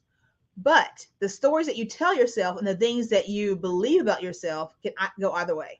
So as an entrepreneur, you have to be able to divest that employee mindset. Now, I still am an employee. I still have my 9 to 5. And so I have to switch off hats at the end of the day. I took off this afternoon, so I'm not infringing on any kind of time. But I have to switch those hats off because I have to be able to get in the right mindset. Because as an employee, I have support, I have this, I have that, I have all the accoutrements. As an entrepreneur, I'm everything. And again, as I said before, things changed in business, in business a lot during COVID. There was this thing called the Great Resignation, and those people, there was like 4 million people left their job, like in March or July, or maybe both, of 2020. For various reasons. Some were laid off because the companies were not prepared for a pandemic in any way, shape, form, or fashion. And some decided, I think I'm going to pursue something else right now. Needless to say, a lot of them didn't understand the difference between employee and entrepreneurship because one of the news stations locally had talked to someone. They said, well, I'm looking to go back to my former job or to something similar because I started a business, but it just didn't go well. They weren't prepared mentally. They weren't prepared because they were having their sons do this and somebody else do printing and this and this. And so they weren't prepared for that situation. They didn't have the right systems or things in place. And that was probably because of not having the right mindset regarding it. Let's look at what Forbes says about an entrepreneurial mindset. An entrepreneurial mindset is a set of beliefs, thoughts, processes, and ways of viewing the world that drives entrepreneurial behavior. So typically entrepreneurs firmly believe it's possible to improve their life situation and live life on their own terms. They also believe in their adaptability and their ability to learn, grow, adapt, and succeed. So the mindset of successful entrepreneurs is much different than the traditional mindset of an employee. Innovation, as I said before, is a key element. Peter Drucker summed this up with the entrepreneur mindset, and he said that regarding innovation, he said it defines the entrepreneur and entrepreneurship. The entrepreneur always searches for change, responds to it, and exploits it as an opportunity. Entrepreneurs' goals, desires, and driving force center on implementing a new idea or launching a new business. While they expect success to drive their great financial benefits, the financial rewards are just that, a benefit or a bonus resulting from a bigger expected achievement of establishing a new enterprise. So it's not about, I can make $1 million off of this. It's like, how many people can I help in this situation? And then the money comes later. An entrepreneur is focused on being the mastermind of their business venture. The fact that they can bring home some new organization or product and to be built from the ground up is the primary motivation. Think about, why did you start your business? Think about that. Why'd you start it? Those with entrepreneurial mindsets construct their own plans, and they draw the success based on their own thoughts and opinions. They're not trying to climb a corporate ladder. What they're doing is they are focusing on bringing innovation. Those who work from an employee mindset are focused on the big piece of the big picture, while the entrepreneur owns the big picture. While those in employment, as myself, seek leadership, and we are great leaders, it's the leadership under the tenets of an already defined structure. As an entrepreneur, you're the visionary. It's a blank slate. You're the visionary of your business. You're all those things unless you have employees. Like I said before, you're either the janitor all the way to the CEO. So those are the kind of things to think about. The entrepreneur mindset is conditioned to accept accountability in all situations. If something happens, it's me. Go see finance. Well, I'm the finance department. Okay, go see HR. Well, I'm the HR department. You're everything. So regardless of the root cause of the problem, an entrepreneur must drive the solution, because in the end, it is their enterprise, and they both must get it going to keep it running by using the talents and the resources they have. As a visionary, entrepreneurs create and own the ladder of their success for the organization. They determine how many rungs are going to be there, how wide each rung is, how short it is, how whatever it is. I'm going to have 5 employees, 1 employee, 10 employees, 100 employees. It depends on the success of your business. But you have to be able to be ready and focused to grow in that space. Because a lot of times we're not. A lot of times we're thinking, I thought when I made this money, it would go here. But you have to remember this. Entrepreneurs need to understand, and you do understand this, that when you have revenue come in, a lot of times you have to reinvest that into the business to make it what it is. So you might not be replacing that corporate salary immediately. Making 100K to replace the 100K you have, that's been happening consistently. And an entrepreneur mindset knows that I've got to show some consistency and be able to look at where the gaps are, to be able to make sure that I am comparing apples and apples and not apples and pomegranates. Those kind of things that may send people back to corporate America when things they didn't realize or they didn't project or plan for. Entrepreneurs are typically, and there's nothing with going back to corporate America or being in corporate America and growing your business. Again, that is me. I'm just saying, for you as an entrepreneur, what is going to be your mindset of making sure your business is set up on the right foundation to ensure that it is viable and it doesn't fall into one of those statistical categories. Entrepreneurs are typically confident enough with their vision and abilities that they are not intimidated by the skills of the people they employ. A good leader knows that they don't have to know everything. They put experts around them who know the things they don't know, or maybe even some of the things they do know. But they're able to coalesce those efforts and coalesce those talents in order to take the vision forward and to be able to vision cast for the whole group. An entrepreneur has to be a great leader, but that's another presentation. They don't fear that anyone on the team can easily replace them. And fear and competitive concern is not a concern for an entrepreneur. So those with entrepreneurial mindsets welcome the input of the smartest, sharpest individuals available and rely on those people without fear to take the vision and transform it into reality. Entrepreneurs are confident enough to learn and to lean on others to implement that vision. Therefore, entrepreneurs understand when things don't work, they must quickly look at the mistakes, find ways to use them for the good of the planned endeavor, and make sure that they're able to implement that with leadership and finesse that they need to. I want to share with you a quote from Thomas Edison. He says, "I have not failed. I've just found 10,000 ways that won't work." An entrepreneur has to have that kind of mindset. It's not a failure. It's just another opportunity for you to look at ways that's not working right now. I always say that don't give up, but there are some things that you do need to quit. Think about that. Don't give up, but there are some things that you need to quit. And that's part of my quit method I take people through, because there's some things that we have to do. And we have to be, again, flexible and agile, having that mindset as an entrepreneur to be able to shift when it needs to be shifted. because it may not be the right environment at that time. Think about those companies I mentioned before. Look at the environment we are in now, post-COVID, pre-COVID, and things that were going on during the times that those companies folded. They didn't make the shifts that need to be happen, and now they're no longer around. I'll tell you a story real quickly about some time. Real quickly about a situation in my yard. My landscaper, he planted this really nice bush. It's been there for a while, and it was growing to me. It looked really nice, and I said, I like this bush. He goes, yeah, Miss Jack, I want to let you know I'm going to probably have to move this bush. I'm going to tell you about this. And I said, well, what's wrong with it? He said, it looks like it's growing, but because of how long it's been planted and how old it is, it should be like twice the size it is. So I was looking at the things and looking at how much sun it gets and the soil and everything, and it's not in the right environment for it to flourish.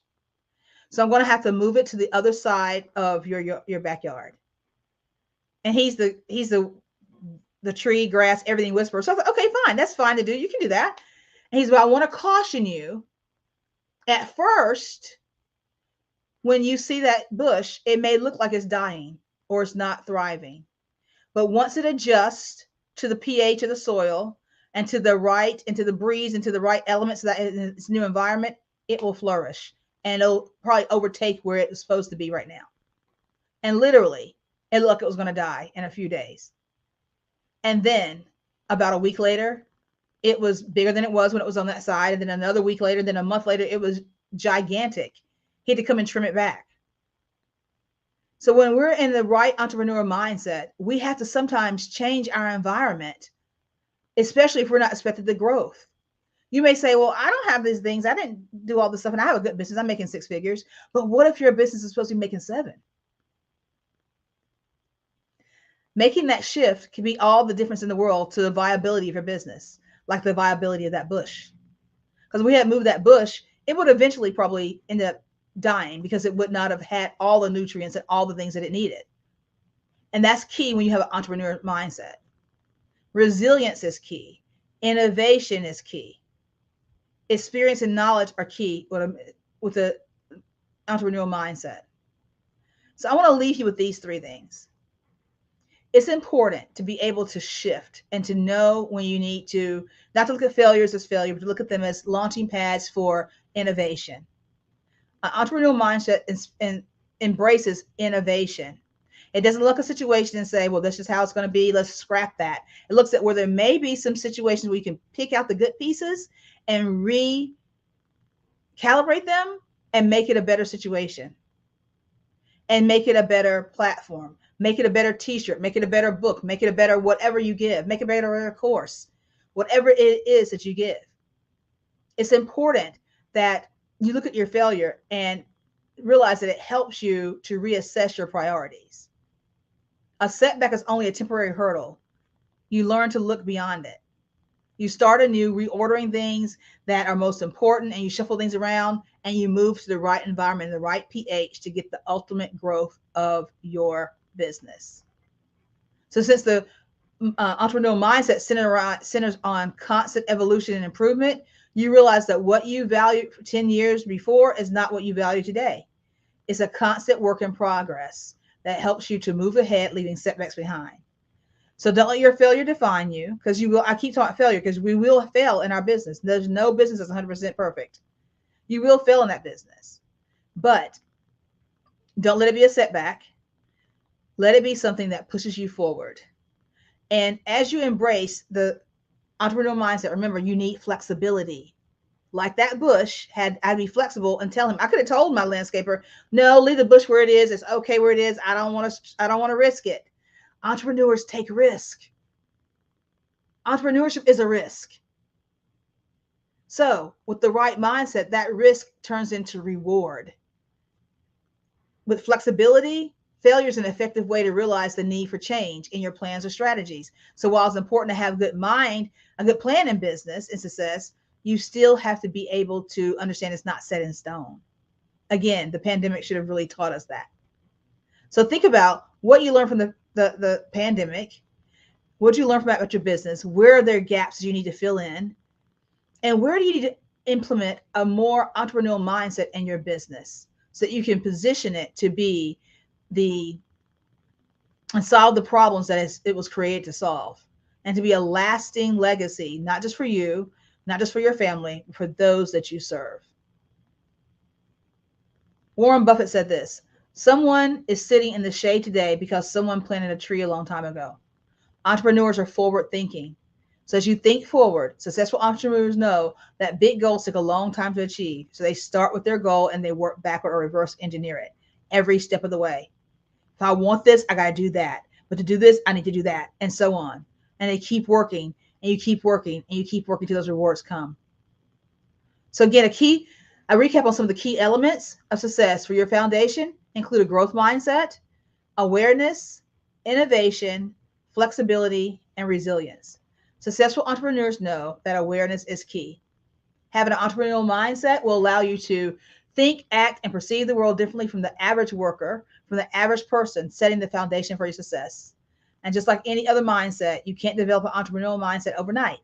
But by understanding some of the key entrepreneurial traits and watch your behavior and learn how to think like an entrepreneur, knowing that successful entrepreneurs are always learning and always recalibrating, you will be successful in what you do. Thank you. I can't hear you. I'm so excited. I'm on mute. I'm gonna call you Miss Jackie. I said, "Oh my goodness, you dropped so many gems." I was sitting here like, So thank you so much for that inspiration about entrepreneur growth mindset. It's just powerful, the things you said. It really landed because I'm visual. You start talking about, the bush, and then moving environments, and then having and seeing how it just flourished just by that simple shift from one side of the yard. It's power in everything that you were saying, and I was just inspired by hearing you speak. And I'm excited. I can't even get all my words out. Miss Jackie, how do people let me slow down because I'm so I'll keep it real. I'm gonna slow down. How do we have people on the Black Business Network that's been watching this and watching the replay? How do they get in contact with you? You can get in contact with me via social media. I am B. Jacqueline Jeter on Facebook, Instagram, on LinkedIn. I'm Barbara Jacqueline Jeter on Instagram. My website should be dropping any day now, and it's bjacquelinejeter.com. Or you can even email me at jacqueline@growleadandprosper.com. Oh, you have it there. You better watch out. I'll be emailing you too. Thank you so much for everything that you have shared today. Genius is coming, and we'll see you on the other side. The Black Business Expo mission is to raise funds for high school seniors going to college for K-12 entrepreneurs. This expo is a fundraiser for students. You may go to the www.blackbusinessexpousa.com to donate to the scholarship fund, or use the Cash App that's on the screen below, and it should say $BBXUSA. Our goal is to give laptops up to $5,000 to students, and students can register online at www.blackbusinessexpousa.com. Every dollar counts, so we want to remind you to donate to the scholarship fund. We want to thank all of our Black Business Expo USA sponsors: NC100, Moody Capital Partners, Suede Soul, Lotus Ritchie Coaching and Training, Carolina Virginia Minority Supplier Development Council, Step Management, BHS and Associates, Margie McLean Foundation Incorporated, Genius is Common, Earth Essentials, Mullane Shaney Global, Executive Women's Success Institute, The Quality Coaching Company, Superwoman Business Services, Creative Force Studios, Lee Entertainment, Artistic App Design, Black Business Expo USA. Genius is coming, and I'll see you on the other side. Attention all entrepreneurs and companies. Are you looking for reliable and efficient virtual assistants and back office support to help you manage your business tasks? Look no further than Superwoman Business Services. Our team of virtual assistants provides a full range of administrative support services, including operations management, social media marketing, and much more. We also offer website design services to help you create a professional online presence that reflects your unique brand. In addition to administrative support and website design, we offer business development and structuring services to help you grow your business and achieve your goals. We'll work closely with you to identify areas of improvement and develop a customized plan to help you reach your full potential. At Superwoman Business Services, we understand that running a business can be overwhelming and time-consuming. That's why we're here to help you fly high and achieve success. Our virtual assistants are highly skilled, experienced, and dedicated to providing you with the support you need to thrive. Come fly with us and take your business to new heights. Let us help you become the superhero entrepreneur you are meant to be.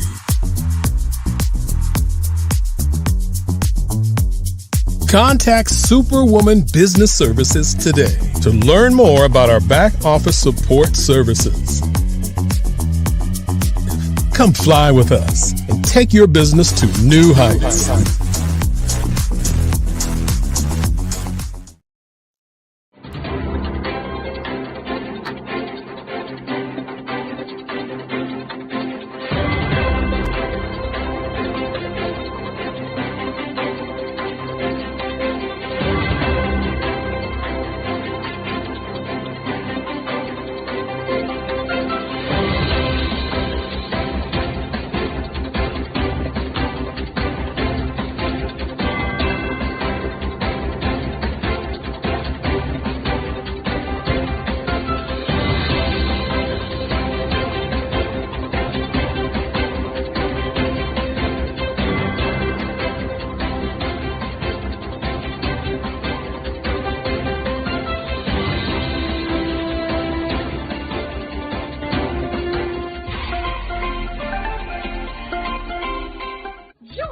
Dr. Eric Kelly III and a host of phenomenal speakers from all around the globe for this 7-day virtual event that you don't want to miss. The mission of the Black Business Expo is to raise scholarship money from kids all the way from high school, all the way from college. The Black Business Olympics is one of the largest Black business showcases in the world. It is an opportunity for businesses and companies to showcase their businesses globally. We are going to be giving away laptops up to $5,000 away to students. Again, I'm Olivia Appleberry, the founder of 2 Cents Finance and one of the speakers for the expo. I am so excited to see you there. For more info, go to www.blackbusinessexpousa.com or call 919-308-9090 and hope to see you there. I am Black Business. From the moment I wake until the time I sleep. Yes, I am Black Business. I am Black Business. Tell me, are you Black Business? I am Black Business. Do you support Black businesses? Listen, I support Black business because I am Black Business. Black Business Expo, one of the largest business showcases in the history of Black business in the world. The world! Sign up today at www.blackbusinessexpousa.com or call 919-308-9090. I am Black Business. I am Black Business. From the moment I wake until the time I sleep, I am Black Business. I am Black Business. Are you Black Business? I am Black Business. Do you support Black businesses? I support Black business because I am Black business. Black Business Expo, one of the largest business showcases in the history of Black America in North Carolina. Join Dr. Eric Kelly III and a host of phenomenal speakers from all around the globe for this 7-day virtual event that you don't want to miss. The mission of the Black Business Expo is to raise scholarship money from kids all the way from high school, all the way from college. The Black Business Olympics is one of the largest Black business showcases in the world. It is an opportunity for businesses and companies to showcase their businesses globally. We are going to be giving away laptops up to $5,000 away to students. Again, I'm Olivia Appleberry, the founder of 2 Cents Finance and one of the speakers for the expo. I am so excited to see you there. For more info, go to www.blackbusinessexpousa.com or call 919-308-9090 and hope to see you there. I am Black Business. From the moment I wake until the time I sleep. Yes, I am Black Business. I am Black Business. Tell me, are you Black Business? I am Black Business. Do you support Black businesses? Listen, I support Black business because I am Black Business. Black Business Expo, one of the largest business showcases in the history of Black business in the world.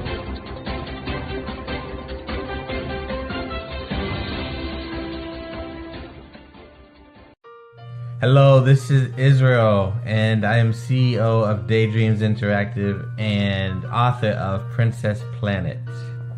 So, genius is common, and as a kid, I loved to daydream. Even as an adult, I love to daydream. And when my daughter became 6 and loved princess characters, but we just could not find the diversity that showed her, we created our own characters. So for instance, you have Princess Nulu right here. Princess Nulu is from Uganda, and her genius is that she loves to take care of animals. She can actually even listen and hear what they say. And then we have Princess Isabella right here. Princess Isabella, she's from Cuba, and her genius is biochemistry. One day she hopes to eliminate disease. Then we have Princess Nia right here. And Princess Nia is based off of my daughter. And she wants to be the greatest dancer alive. So that's her genius. So what's your genius? My genius is my imagination. Genius is common.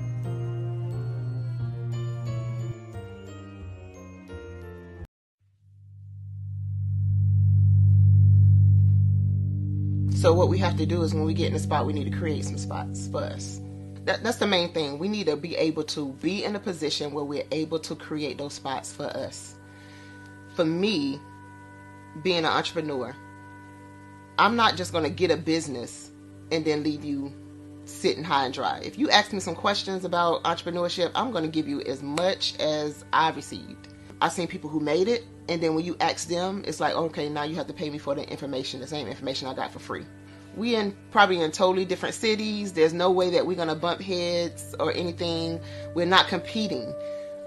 Bring me up with you.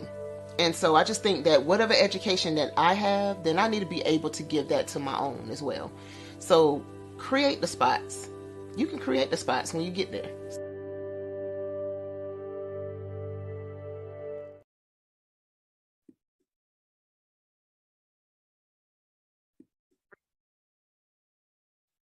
Hello, I'm Dr. Madeline Ann Lewis, President and CEO of the Executive Women's Success Institute. And my genius is helping women accelerate the path to success. You know, I was blessed to have strong women in my life who encouraged, motivated, and pushed me to do my best and to never even think about giving up on my dreams. So I say to women, we must show up to rise up. We have talents and potential, but who will see them if we don't speak up and get noticed?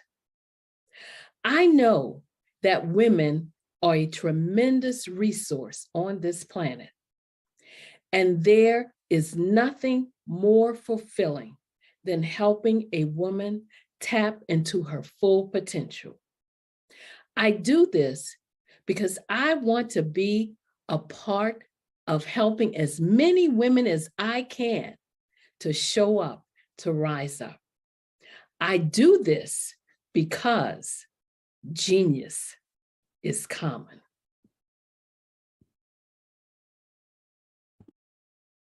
Over the past few years, we've seen the growth of existing and new initiatives focused on financial inclusion, building global networks, and reducing the wealth gap in response to the idea there's not enough seats at the table. Whether their outcomes are to increase the representation of Black executives on corporate boards, ensure an inclusive global economy, or to create new U.S. African commercial pathways, the strategies are often carried out by separate programs. The question is, should they be? With the continent of Africa being home to more than half of the world's fastest growing economies, the youngest workforce, over 400 companies generating more than $1 billion annually, 700 generating more than $500 million annually that are poised for growth, and being the destination of nearly $5 billion in venture capital in 2021. Diversifying U.S. and Africa commercial engagement by building bridges between African businesses and their U.S. diaspora should begin being seen as mutually beneficial. From helping to reduce Africa's enormous capital gap to catalyzing two-way trade opportunities, the COVID-19 global pandemic hopefully has taught us that global challenges and opportunities are more interconnected than we thought. During the pandemic, African companies like Unicorn Flutterwave, insurance provider Reliance Health, ride-hailing app Yasir, and 54Gene, the continent's first bank of DNA on people of African descent, proved that when African companies have access to networks, capital, and information, they grow big, grow fast, and create solutions that are valuable to the world. This is why Be Direct was created.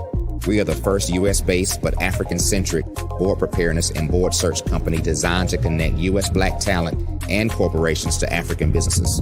Unique and fundamental to Be Direct's success is our process of helping board candidates adapt their experience and networks to an African context before they're connected to high-growth companies that are looking to locally and globally scale. From our focus groups with African business execs and government leaders, we don't ignore the sentiment that business is easy, but people are hard. Having a pool of board candidates with hard-to-access networks and extensive experience across the business life cycle, including successfully raising capital, is table stakes for an initiative like this. So yes, we have that. But corporate or entrepreneurial success in the U.S. does not guarantee success in Africa. Developed alongside industry partners on the continent, our training program, Be Direct Prep, is designed to transpose their experience to create cultural comfort, understanding, and a commitment to helping businesses in Africa scale. Our board governance sessions are African, continental, and country-specific, integrated with cultural awareness and dexterity training, masterclasses led by African industry execs, and mentoring and coaching from African continental-based facilitators.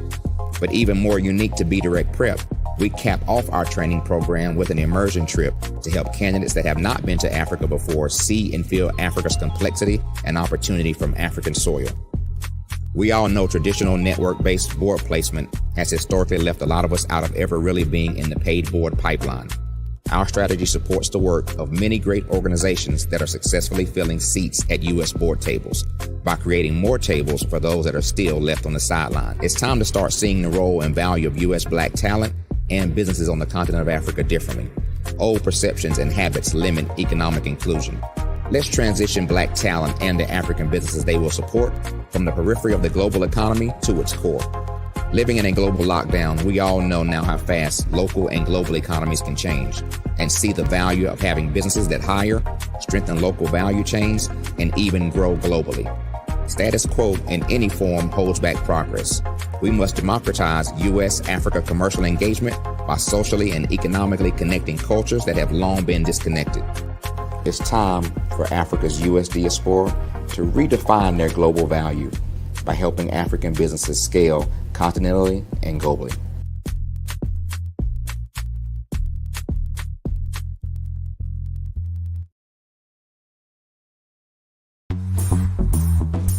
Attention all entrepreneurs and companies. Are you looking for reliable and efficient virtual assistants and back office support to help you manage your business tasks? Look no further than Superwoman Business Services. Our team of virtual assistants provides a full range of administrative support services, including operations management, social media marketing, and much more. We also offer website design services to help you create a professional online presence that reflects your unique brand. In addition to administrative support and website design, we offer business development and structuring services to help you grow your business and achieve your goals. We'll work closely with you to identify areas of improvement and develop a customized plan to help you reach your full potential.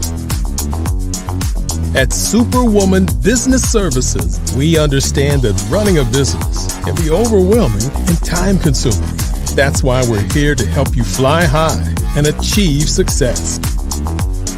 Our virtual assistants are highly skilled, experienced, and dedicated to providing you with the support you need to thrive. Come fly with us and take your business to new heights. Let us help you become the superhero entrepreneur you are meant to be.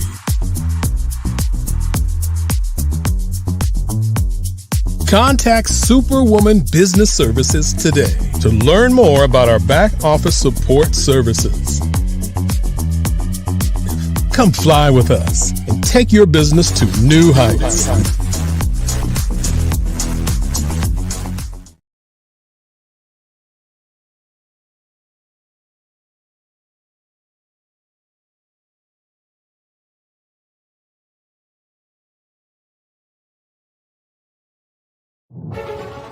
In the heart of America, there are dreams waiting to be realized. Dreams of owning a home, creating a haven for families, and building a future. Yet, there are 13 million mortgage-ready home buyers and nearly 20 million renter households who have the credit and income to qualify for a mortgage but remain left out of the home buying process. These potential home buyers are in urban and rural America, where dreams should flourish. The big banks, the giants of finance, have all exited the mortgage lending business, decreasing their lending footprints across America. They are no longer present and active in these communities. Instead of offering opportunities for home ownership, some of these banks have chosen a different path. They have decided to become mega landlords. They have chosen to invest billions of dollars in rental homes, leaving potential home buyers with fewer options and stuck in a cycle of renting without the chance to build equity and create a legacy for their families. Here is the shocking truth. A report issued by the Home Ownership Council of America revealed that if lenders were to step forward and serve this underserved market, they could conservatively increase their loan volume by $1.5 trillion. $1.5 trillion. This is a $1 trillion business opportunity, ripe for the taking.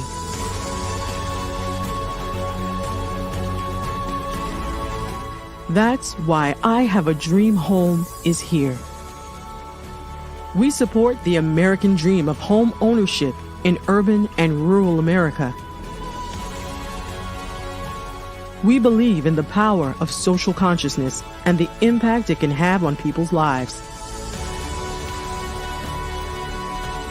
Investing in urban and rural America is not just good business sense. It's a moral imperative.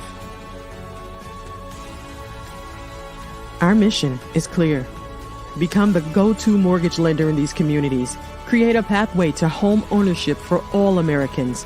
Breaking the cycle of poverty by empowering families to build wealth, stabilizing our communities, and taking pride in our country. I Have a Dream Home. Unlocking dreams, transforming communities, and rewriting the story of American home ownership. For more information, scan the QR code or visit our website at www.ihaveadreamhome.gold.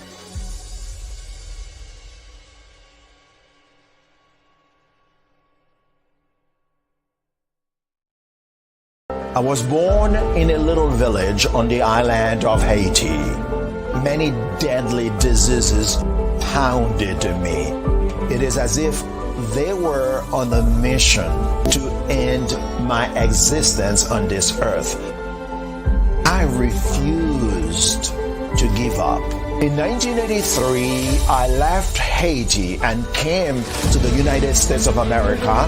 And I came with $5, 2 shirts. I didn't speak any English. I came to Atlanta. I got a job. I was a doorman. I was a doorman with a dream. What I used to come on stage. I'd rehearse this moment that I'm standing in front of you. That's the power of a dream. Maybe today is the day you begin acting as if you already have it. And then step out with full force. Take a risk. No condition is permanent. Don't let your situation distract you. You are chosen. You are called. You are born for a purpose in this life.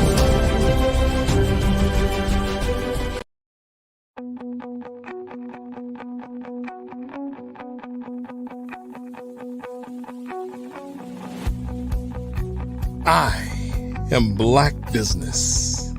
From the moment I wake until the time I sleep. Yes, I am Black Business. I am Black Business. Tell me, are you Black Business? I am Black Business. Do you support Black businesses? Listen, I support Black business because I am Black Business. Black Business Expo, one of the largest business showcases in the history of Black business in the world. The world! Sign up today at www.blackbusinessexpousa.com or call 919-308-9090. I am Black Business.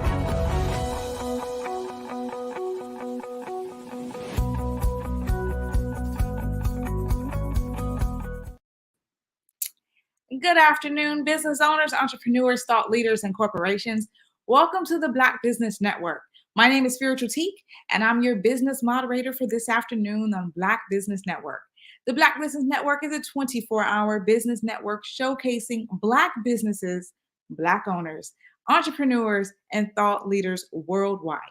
We have speakers from North Carolina, London, Singapore, Africa, Japan, and cities all over the United States. The Black Business Network is a global community sharing its business knowledge to empower, inspire, and educate businesses about business. I am very happy to present to you our next keynote address speaker, Dr. T.L. Holmes. Dr. T.L. Holmes is nationally respected digital marketing strategist, author, marketing software developer, and social media expert. Dr. T.L. Holmes is pouring his 20 plus years of professional experience and rare passion for pulling the best out of people into his new company, Nexus Media Group, Nexus Media Enterprise Incorporated. This is a unique software development company offers user-friendly cloud-based software products that help small businesses, corporations, website developers scale their company and digital assets in a major way. I present to you Mr. Dr. T.L. Holmes. Hello. How are you doing? Hi, Dr. T.L. Holmes. It's great to have you this evening, or this afternoon. It's evening for me. Awesome. Great to be here. Listen, the times and days run together, right? Well, This is the Olympics, okay? Absolutely. Black Business Network Olympics. You got it. Absolutely. Well, genius is coming. I'll see you on the other side. Awesome. Hello, America. Hello, world. I am so excited to be with you once again. I count it a privilege to be with the Black Business Network. This is the Olympics. Genius is common. What we have to do is get used to being successful. I think as a people, we plan to fail automatically. Very rarely do we plan to succeed. One of the things that we have to do is we have to practice being successful. We have to practice being ahead. We have to practice being in the front. We have to practice being on top. It's very important that you encourage yourself, even when you get to the point where you want to give up, you want to throw in the towel, that you don't. I'm going to say that one more time. When you feel like it's time for you to stop, it's time for you to throw in the towel, it's time for you to quit, that's the time where it's the least likely time for you to do that. So I'm going to encourage you right off the front, right off the bat, do not quit. Do not stop pursuing your purpose. Do not stop pursuing your destiny. Keep moving forward. The easiest way to move forward is putting one foot in front of the other. You have to keep moving forward. Now, to all of the business owners out there, and I want to talk specifically to those business owners that's just starting out. Maybe you are have launched your business in the wake of this year. Congratulations. Maybe you launched your business at the wake right before COVID hit. Congratulations. One of the things that you've been able to do is survive one of the biggest pandemics, one of the biggest setbacks that could have rocked our entire world here in America, and actually worldwide. So I'm going to say kudos to you, that you're still here, that you are still pushing. Congratulations on your success. I want to talk specifically about developing your digital marketing action plan. I want to give you 5 steps on how to create your digital marketing action plan. Now, this is quite different from a general marketing plan, where you put together your flyer, you put together your social media, and then you send out, posts, and you send out, messages or what have you. That's activity. That's not necessarily a plan. What you want to make sure you do is put together an action plan. Just like you put together your business plan, put together your marketing action plan. Step number 1, what you want to make sure you do is do your research. What does that mean? First step in gathering as much information that you can on your target audience, on your business, on your product, on the services that you are offering. You want to do your research, number 1, so that you know what you're talking about. Number 1, you want to do your research so that you know what you're talking about. Number 2, you want to do the research so you know who you are talking to. Let's say that one more time. You want to do the proper research so that you are knowing who you are talking to. Thirdly, you want to find out what motivates that particular audience. What moves them to take action? One of the things that you don't want people just to get comfortable in is just listen to you talk. You don't want them to just come on your social media platforms just to see what you're going to do next. You want to be able to convert them from prospects to customers. You don't want them sitting on the sidelines, seeing what you're going to do, seeing what you're going to say next. But most importantly, where do these people hang out? That's a part of the research that you need to do when you're talking about, developing your marketing plan. One of the things that's important is finding out, does your audience, do they live on Facebook, or do they live on any other social media platform, or what is the platform that they like to communicate the most? You have people that like Facebook, then you have people that like Twitter, or X as we know it now, and then you also have people that prefer Instagram. So when you are looking for your audience, or you're looking to find out who you are going to impact, you're doing the research that's necessary. You also want to find out, where do they hang out? Some people like emails, some people like blogs. So you want to find out where most of your audience hang out at, and you want to pursue that audience. Step number 2 in your entire digital marketing action plan is set an overall digital marketing objective. Set an overall digital marketing goal. What's an example of an objective? One example could be educating your audience on your product. One of the things that we've done, we just launched a software product called Nexus ADA this year, and it is a software that helps your website convert to being compliant, ADA compliant. ADA stands for Americans with Disability Act. So those individuals that have complications, those individuals that have disabilities that may affect their ability to have a good experience on your website, well, it's the law that you have your website in compliance. And so we've developed the software for that. One of the things that we found out when we started approaching our target audience, which were businesses, is that a lot of businesses did not know what, number one, what ADA stood for, which is American with Disability Act, nor did they know that they had to have their website compliant.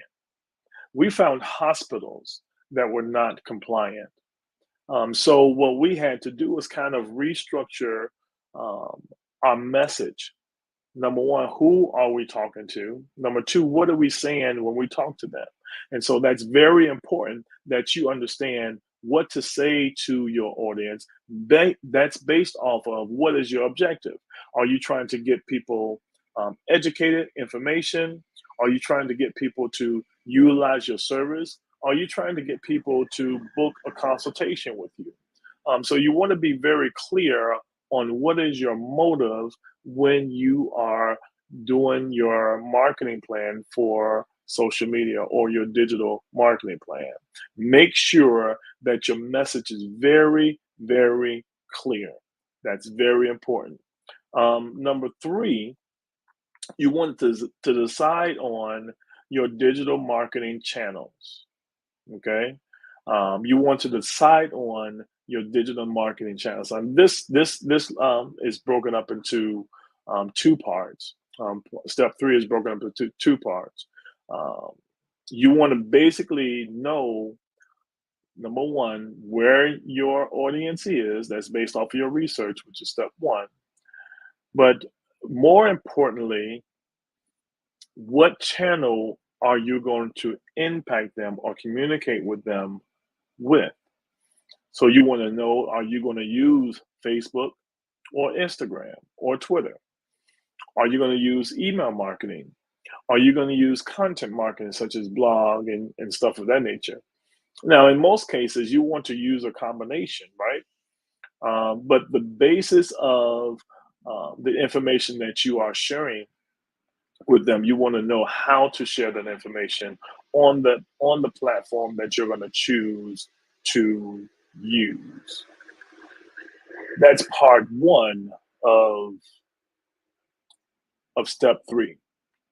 Part 2 of step 3 is understanding what type of campaign will fare the most on that particular platform.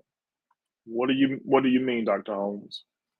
Well, in order for you to impact the way that you would want to impact on Facebook, so to say, you would need to capitalize or double down on your paid ads. Paid ads has a profound return once you do it correctly. You have to find out how to use social media correctly. You want to also do the research, making sure that whatever platform you use, there are companies. Maybe you're not proficient in in social media marketing. But there are companies out there that that's all they do is post on your behalf. There is a software that you may want to invest in. It's called Hootsuite. It's called Hootsuite. That software is designed to allow you to schedule your post ahead of time. Now I'm going to say that one more time. The software is called Hoot, Hoot Suite. You want to make sure you do your research on that software or comparable softwares and then learn how to utilize it. I like Hootsuite because I can schedule multiple posts to go out, but I also can schedule it to go out on different platforms. So you want to make sure that you are using platforms that you can do that with. So it's definitely important. One of the things you want to do is you also want to know what your goals are when you are putting together your 5-step marketing plan, digital marketing plan. Case in point, do you want to increase your traffic to your website? Do you want to increase your subscribers to your YouTube page? Do you want to increase your followers on your social media? What is your goal when you talk about putting together a marketing plan? Step 4, which is very important, and that is plan your actions. Plan your actions. You should know exactly what you're going to do, when you're going to do it, and why you are doing it. One of the things about, putting together a marketing campaign and implementing that marketing campaign is you have to measure the results. If something is not working, do not keep doing it. If something is not working, do not keep doing it. How do you know if something is working or not? Well, are you getting the results that you're looking for? If you have no plan, you automatically plan to fail. Yes, I'm talking about sitting down and writing a plan, whether you meet with your team, whether you meet with your family, whether you meet with your kids. You want to come up with a game plan for your business when it comes to developing a digital marketing action plan. You also want, not only do you want to have a plan or implement the plan, you also want to measure your plan success. Like I said before, if it's not working, do not continue it. It's very important that you evaluate what you are doing so you're not wasting your time. You want to make sure that every post that you send out, that you're tracking that post. You want to make sure that you are communicating with the people that are responding to the post. And don't just wait to communicate with people that are commenting on your posts. You also want to communicate with people that are liking your posts. There's options for you to tag them or options for you to reply to them. Do that. Engagement is the key when it comes to social media impact. I'm going to say that again. Engagement is the key when it comes to social media impact. You must engage your audience and then send them on the journey that they are looking for. You have to make sure that you connect with them and don't wait on them to connect with you. Okay? If you're waiting on them to connect with you, you're just wasting your time. It's your responsibility as the business owner, it's your responsibility as the service provider to communicate and engage with your audience. Start the conversations. Every time you post, you don't have to sell something. Give information. Give information. You want to make sure that you seed or you sow before you sell. You want to make sure that people are being impacted and people are utilizing what you have to offer, and you get the feedback that you need in order to make whatever adjustments you need to make. And I'm going to say that one more time. You want to make sure that your audience give you feedback because, business is a fluid commodity. It's never going to be, okay, this is the way, and this is how we're going to stay, and this is what we're going to do. And you, regardless of what people say, regardless of how people are what results people are getting, no, you have to be able to adapt to the audience that you're impacting. You can only do that by asking for their feedback. I have people right now on here that's tuning in because I asked them to tune in to let me know how I'm doing as a presenter. Give me feedback so that I can learn how to give you the information you need that you're going to be able to reach your goals. It's important that I reevaluate what I'm doing. I do what I need to do to make sure that my messaging is right, so I can penetrate the audience and impact the audience that I'm impacting. So if you are new in business, if you've been in business for 3 years or less, or 5 years or less, one of the things that you have to do is you have to continue to evaluate your successes. You have to measure your success, and you have to regroup. If something is working, you keep doing it. If something is, just adjust, make your adjustments. If something is not working, stop doing it. You want to find the people that are doing what you're doing and that are successful in what you're doing, and figure out what their secrets are. Figure out what their plans and what their models are, so you can mimic that success. Success is not brain surgery. Success is not some hidden secret. Success is not something that people are trying to back from you, but we have to do the work. We have to do the work as business owners, as service providers, as product providers. We have to do the work that's necessary in order for us to be successful, and as successful as we want to be. Step 5, and again, I want to make sure that I give you some real detailed information that you could take and you can put into action right now.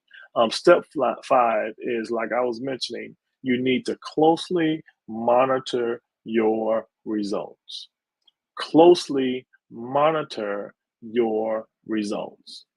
When it comes to you putting a plan together, you putting together a website, you putting together, social media posts, you want to look into what is your traffic. Did your traffic increase from the time that you start putting this post out to the time that you are evaluating it? Then if it did, okay, you continue to do that.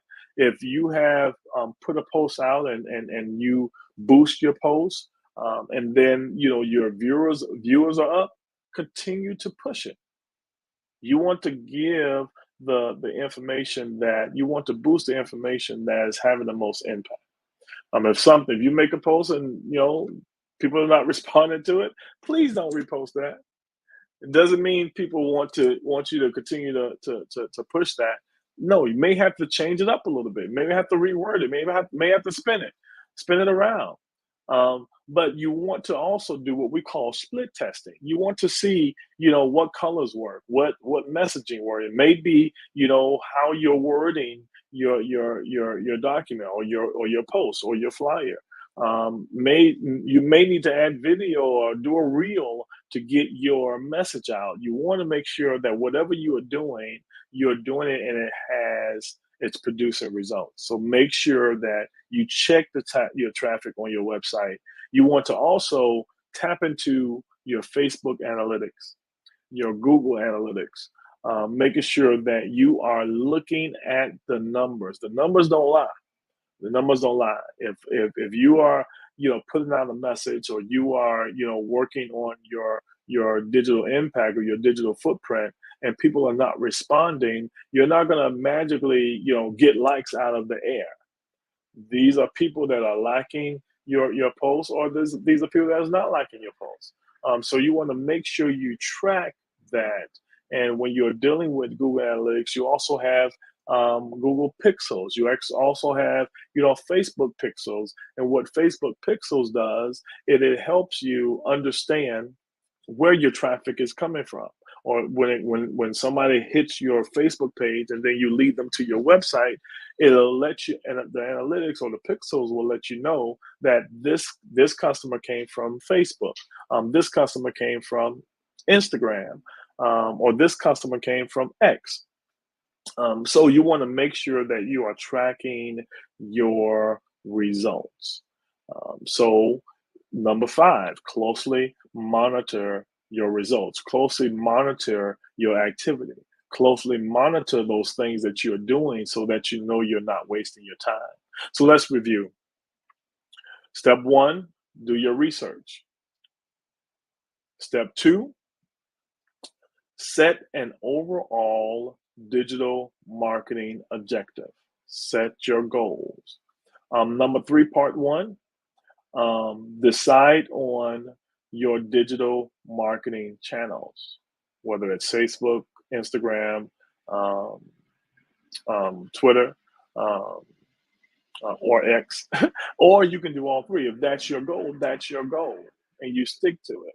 Like again, I said, you want to make sure that you tap into Hootsuite, because that's a software that you can use that you can schedule all of your posts. So if you're going to schedule posts out for 2 or 3 weeks in advance, you schedule your posts and it automatically will post whatever you want to have posted on the outlets that you want to post them. Hootsuite, it's a great software to tap into. Second part of part 3, as we talk about deciding on the digital marketing channels, you also want to consider what your goals are for this particular step. Are you trying to increase visitors to your website?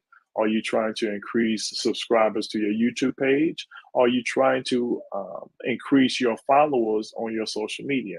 You want to be very specific in your digital marketing action plan. Now listen, you don't have to have a digital marketing action plan that lasts for 5 years. You can have a bite-sized digital marketing plan that lasts for 3 months, that lasts for 6 months, because it's easier to monitor your success. It's easier to manage your success. So if you set a marketing plan to last for 6 months, and at the 3rd month you're not getting any feedback or you're not getting any results, then you need to make your adjustments. It's very important that you continue to monitor what you're doing and you pay attention to the responses that people are doing. Now, listen, you have to do it for the right reason. This is not you just trying to become an influencer, or you trying to be famous, or you trying to have people on your business. You are on social media specifically to grow your business. Specifically to grow your business, and you are a new business. These points or these steps are extremely important that you need to tap into. Step 4 is plan your actions. So if you're going to do this for 4 weeks, great. If you're going to do this for 8 weeks, great. You want to have a plan for the actions that you are taking. And last but not least, you want to closely monitor your results. Closely monitor your results. Listen, guys, I've been in business for some time, but I have learned through trials and errors. I've learned through doing some things right. I've also learned from watching other people make mistakes that I didn't have to make. It's important that you continue to invest in yourself. It's important that you tap into platforms like the Black Business Network, because we are here, literally, we are here giving you things that we've learned, things that we are experts in, information that we have gathered, and things that we have created to help you as a Black business owner, as a business owner of any minority, succeed. We want to make sure that you succeed. I want to also encourage you to everything that you're learning, pass it on, pass it along. Pass it along to the people that that need this information. Pass it along to the people that that are desiring to excel in their business, are desiring to scale in their business. It's extremely important that we look out for us. Yes, I know that you want to be independent. You may not want no help. You may not want this. Great, but let's put our forces together, because you may be good at this. You may be good at this. But if we bring those two together, we can create a wholesome picture that we're all good. We're all sharing in our success. I also want to admonish you to tap into what we're doing here at the Black Business Network. It's important that we sow our seeds into the next generation. One of the things that I love about the Black Business Network is that we are tapping into our younger generation, our college students, or students that are pursuing colleges, to give them computers. If you have not donated yet, please donate. It's very important. I just spent some time at Benedict College, which is one of HBCUs in Columbia, South Carolina. And just to see the kids, how they are so excited to pursue their education. And so we have some opportunities to partner with the school and to do some things. I'm going to encourage you that, listen, if you have any passions, if you have any desire to help the generation that's coming behind us, this is a great platform to tap into here at the Black Business Network and sow or donate to our college fund that we have here. We are extremely excited to help develop our next generation. And so listen, this is your friend, your brother, your uncle, not your daddy, Dr. T.L. Holmes.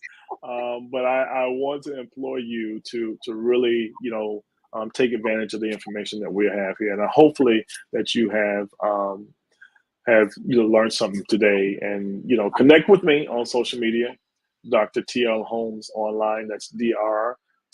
Holmes online, anywhere on social media. That's Facebook, Instagram, Twitter. That's also App World. So if you want to connect with me, definitely connect with me. I am a real person. Well, I would trust that you are a real person, Dr. T.L. Holmes. I see you. Dr. T.L. Holmes, that was an amazing keynote address. You've already started giving out your details, so I won't bore you with that question again. But thank you so much for your time. I learned something today. No problem. 5 steps down, and I'm sure anyone that's watching this or watching a replay will take value from what you were sharing. So I thank you for your time, and I trust that you will have a good rest of your day. Thank you again for being here on the Black Business Network, where genius is common, and I'll see you on the other side. Thank you for having me. The Black Business Expo mission is to raise funds for high school seniors going to college or K through 12 entrepreneurs.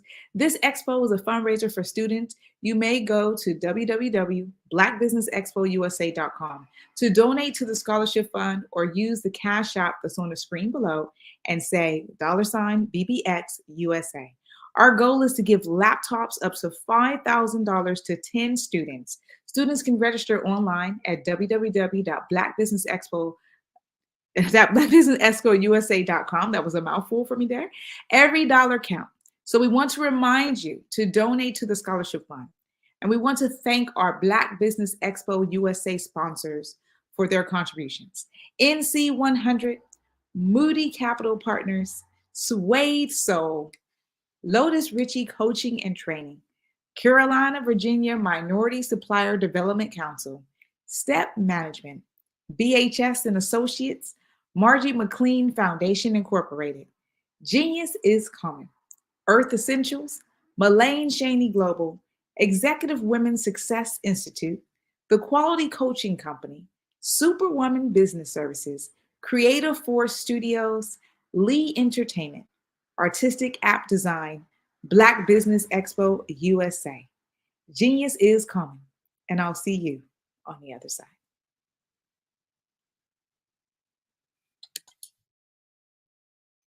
Hi, I'm Barbara Smith. Genius is common. My genius is executive coaching and professional corporate training. As the master executive coach and corporate training ambassador for the Genius is Common movement, I help business owners craft their stories in such a way that you know exactly what they do, what they have, and what they bring to the table. Many times as business owners, we are asked, so what do you do for a living? And we could be crushing in our businesses, but we're not quite sure exactly what to say in a short amount of time.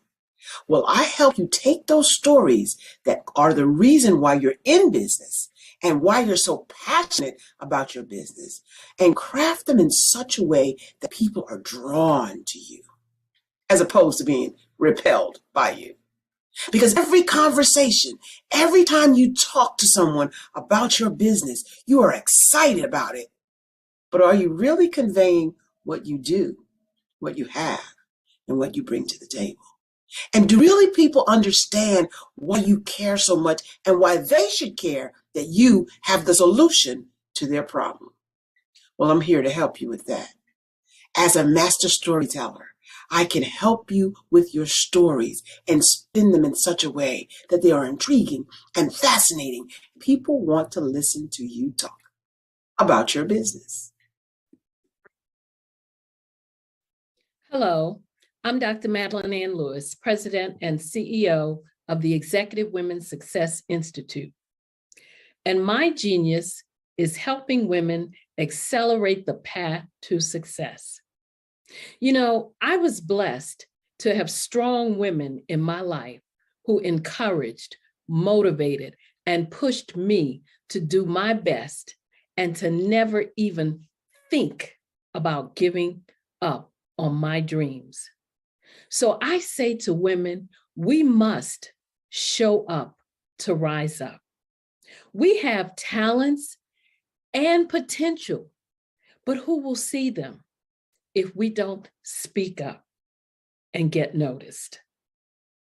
I know that women are a tremendous resource on this planet, and there is nothing more fulfilling than helping a woman tap into her full potential. I do this because I want to be a part of helping as many women as I can to show up, to rise up. I do this because genius is common.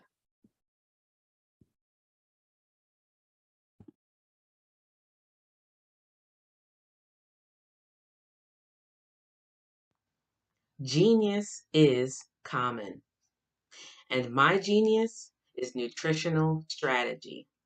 I am Shawnee Smith, the owner and creator of Can Do Spice. Can Do Spice was created because I knew that adding herbal and mineral supplements to my diet did not have to be boring. In fact, because I'm a food enthusiast, I knew I could create something flavorful and explosive that also had the benefit of adding herbal supplements such as sea moss, bladderwrack, burdock root, and black seed, just to name a few. I invite you to take this journey with me where we come together and take control of our nutritional health. It is my way of sharing my genius, the gift of flavor and the healing power of herbs to the world. What is your genius?